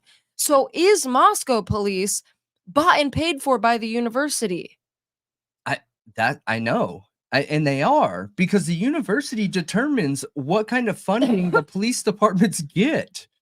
Like they are literally bought and paid for by the university. And Skylar, I just want to point this out. So Moscow is a ghost town outside of the college's football season. There are cops that haven't had a single ending in 8 years, much less a quadruple one. Now, we've brought up a couple questions around the fact that people have died, though. Okay. And the circumstances around those deaths are strange ones. Yeah, there are a few deaths in that town that are strange, and they feel like they were too quickly ruled accidental or a self Because remember, that college situation. leads. That college is the number one priority in that school. And if there's a murder, what do you think happens? Doesn't look great. And it's probably easier to cover up a kid found under a bridge who had been drinking than it is a quadruple homicide by knife. You know, that's not Right. something you can say, well, it was an accident. Right. You can't. Exactly. So, Exactly. Yep. And that's interesting. That mhm. is super, super, super interesting. And you also have the university and therefore the police department, because the frats literally pay for the university. They pay so much money to the point where they're nearly funding them as a whole. Like if frats disappeared, most universities would shut down over the country. Yep. So They sure would. so if you make a frat mad by investigating them and you're bought and paid for by the university who has a vested interest in it, so therefore you have a vested interest in that fraternity. Right. I What- know. Like, could it be that their hands are tied in certain situations? Not saying that's okay. It's not okay. It feels kind of It's corrupt, corrupt. doesn't it? No, it is corrupt. Right. It is Exactly. corruption, literally systemically. How many Exactly. towns in the US are like that? And I just sent into the chat, you guys. I meant to do this way earlier, but I just sent over the Discord invite, you guys. So Discord is a free app where how this chat is now is what Discord is, and we just continue the conversation. There are different chat rooms under the Thought Riot podcast Discord, and we dig into investigations, cases. We have a general tab, we have funny tabs, we have a tab where content creators can post like updates and things like that, because we have other content creators in there with us, quite a few actually, and some bigger ones too, you know, YouTube bigger and whatnot. So we invite everybody. If you guys are on Discord and you want to continue the conversation, that's how you get on there. Just follow that invite. You cannot find us on Discord without that invite, and it doesn't cost money. There, for whatever reason, there's been like a bunch of comments lately under like posts on Reddit and stuff saying, "Oh yeah, well I don't know why I would join that unless I attach my credit card to chat or something like that." What? You don't need a credit card to join Discord? We don't make anybody pay for anything. If we want to go full time, and if you guys have the ability to pay, absolutely. There's some member benefits for sure. But we don't expect it. We still talk with everybody. We just want you to sub to us, you know, help us get there. Help us grow, share it. The subscribers are like. really what matter the most, you know? Mhm. So, but the members are people who obviously are Bail going bonds. the extra mile, and we appreciate you guys a ton. It's incredible to do that, to Mhm. support a channel that you like and care about. Yeah. But yeah, I mean, most people probably couldn't justify that monthly price on their budget. Like, it is what it is. I would wonder never if- want somebody to struggle to support a No, show. no Yeah. way. Absolutely not. But I Never. wonder right now if I never put this together, but I wonder if we're being targeted because they think if they flag our shows that it like hits our income or something like that, and that will make us leave YouTube. I don't know. I don't know, but it gets to a point where like it won't matter at all anymore ever. No, absolutely. Well, dude, we don't make any money from YouTube, you guys. None.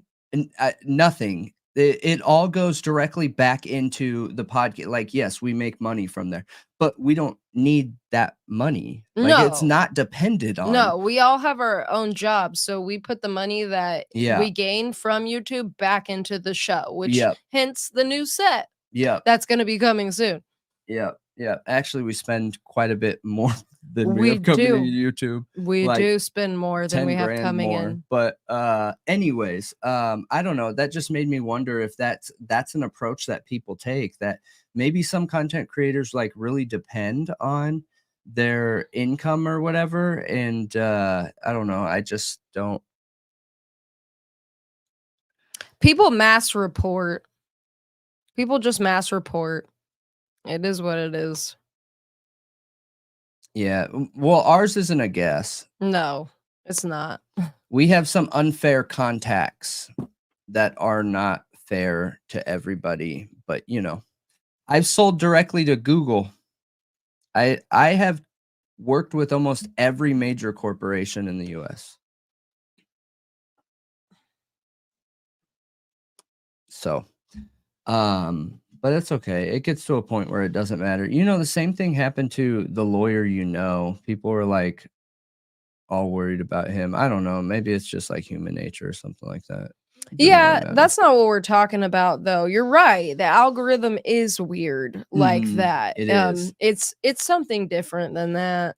Yeah. So I can get confirmation on who, what, when, and where via IP address. I think people don't understand just how much information comes from YouTube and Google. Like, It's wild, you guys. I'll do a video on that. I think I can talk about like that stuff, just not, yeah.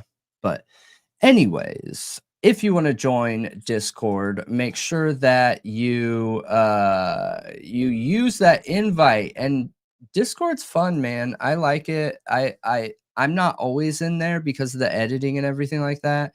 But when I am in there, I swear there's always something that I've learned. And it's all from you guys, and we try and add to it and everything too. And one of the nice things is you don't have to depend on YouTube to give you your notifications, because we post notifications and stuff in Discord as well. So check it out if you want. If not, no worries. It's a little bit hard to maneuver, but if you go on YouTube and you search Discord walkthrough, there are multiple walkthroughs out there that are very straightforward and kind of give you the rundown. Because even the first time that I was on Discord, I was like, whoa, wait, what? This is like old school coding. What is going on here? And yeah, I love Discord too. I really, really do. But yeah. Yeah, I haven't been on it a ton because of being sick and being busy, but I'm gonna hop back on there probably after I go to the doctor tomorrow to get some antibiotics. Yes. And fingers crossed that Wednesday we're in our set. Fingers crossed. I just got confirmation today that all of our custom stuff is ready. Woo! Cheese ball. Yeah.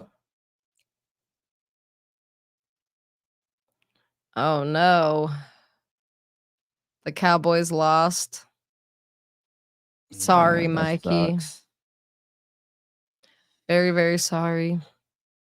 Oh, dude, our new set is like killer, bro. And I'm already working on the next remodel already. But the next one should be the last one, you guys, I think. This is just what I do. I don't stop. I've met very few people that can keep up with me. Do I ever stop? I always have an obsession. It's my ADHD. I just don't stop. It's tiring. I am always like packed to the brim. Whatever a normal person's schedule is, times that by 2 and add a little more. And he's a very hard worker. Let's just say that. No, I'm a smart worker. Yeah, that's more accurate. Smarter, not harder. Yeah. But you literally That doesn't work in any. You literally work like basically 24/7. I mean, I just do things I enjoy though. So Is it actually working? Is that what you're getting at? yeah, I like sales. I like the analytics and puzzle to sales. People are a puzzle. And I like content creation when I can actually put my own stuff into it. And my editing, I feel like, is really, really cool. You guys just don't get that editing right now because I am going through training with the CIA and the State Department. And once we're through that, then we'll be good to go.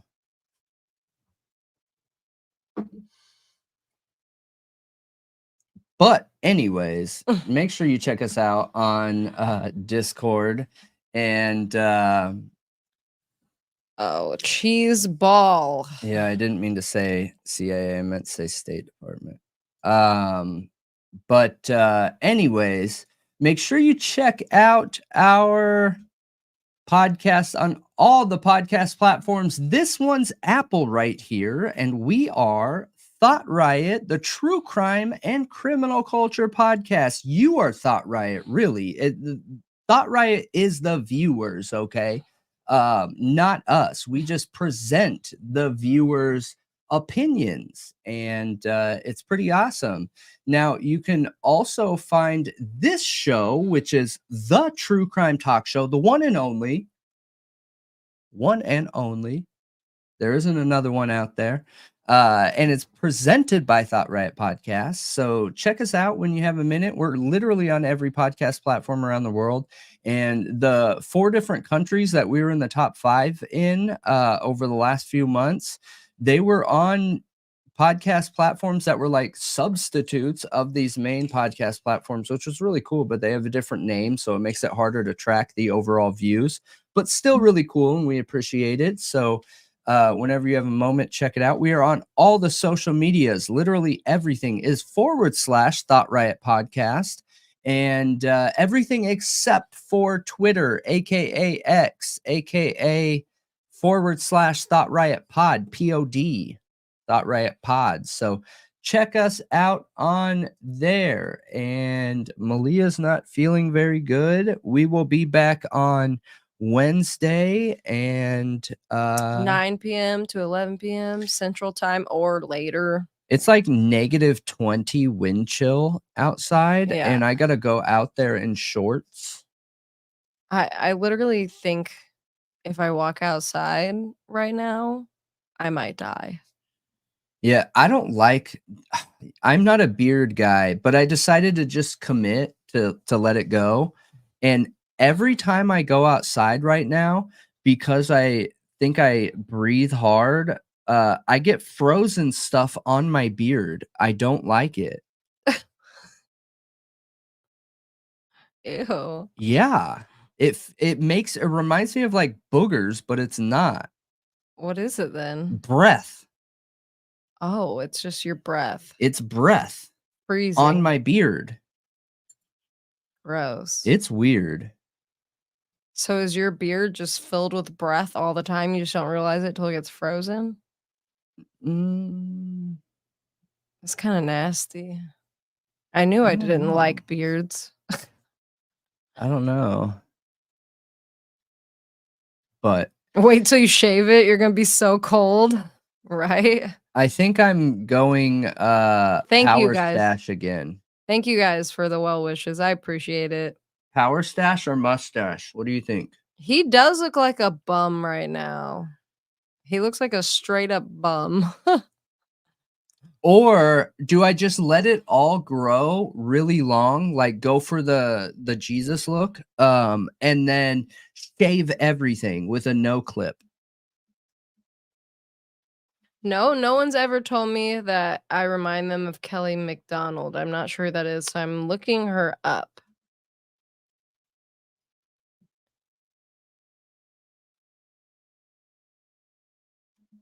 Yes. Can you see it?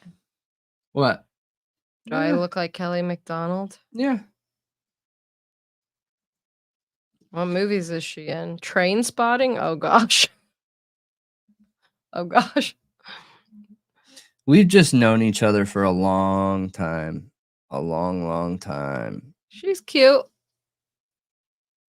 But anyways, you guys, the police corruption week will continue tomorrow. Oh, you should Will continue tomorrow. do like Viking braids before you shave it all for a while. It's not that long. Viking braided beard, Viking braided hair, all of it. That takes a long time. I'll do it for you. No, that takes a long time. You can sit there and get a tattoo for hours. How come you can't sit there and get your hair braided? It's not about the braiding, it's about the growing. Oh, okay. That's a commitment. Like mega commitment. And I'm not a salesman anymore, but I still am in the sales manage things. Yeah, Dara, I hope that your recovery is going well. And Anne and Miss Kelly. There's 3 of you that I know of right now that are dealing with a recovery. And I hope you guys are all doing okay. And it's going along okay. It can be really hard. Yes. ADHD won't allow it, right? They have clip-ons. Oh yeah, I should just stick some clip-on braids all over your beard. Yes. But anyways, I don't know. Like his beard literally grew in like 2 days. yeah, it feels like it. So I think it could be that long in like a month. No, he's working for the CIA. I mean, State Department. He's not a salesman anymore. No, I'm just like I check documents to make sure Don't let sales. him lie. He just makes everybody coffee. Yep. Yep. I check documents to make sure sales have been done very good for the state. All right, you guys, that is it for the True Crime Talk Show, brought to you by Thought Riot Podcast, the one and only. My name is Brendan. I am Malia. Thanks for joining us tonight. We appreciate you all, members, subscribers, all of you. I hope you all have a great night. And if you are in the middle of all this cold, stay warm, stay safe, and we'll see you Wednesday. Yes, see you guys later. We appreciate all of you, and we'll see ya later.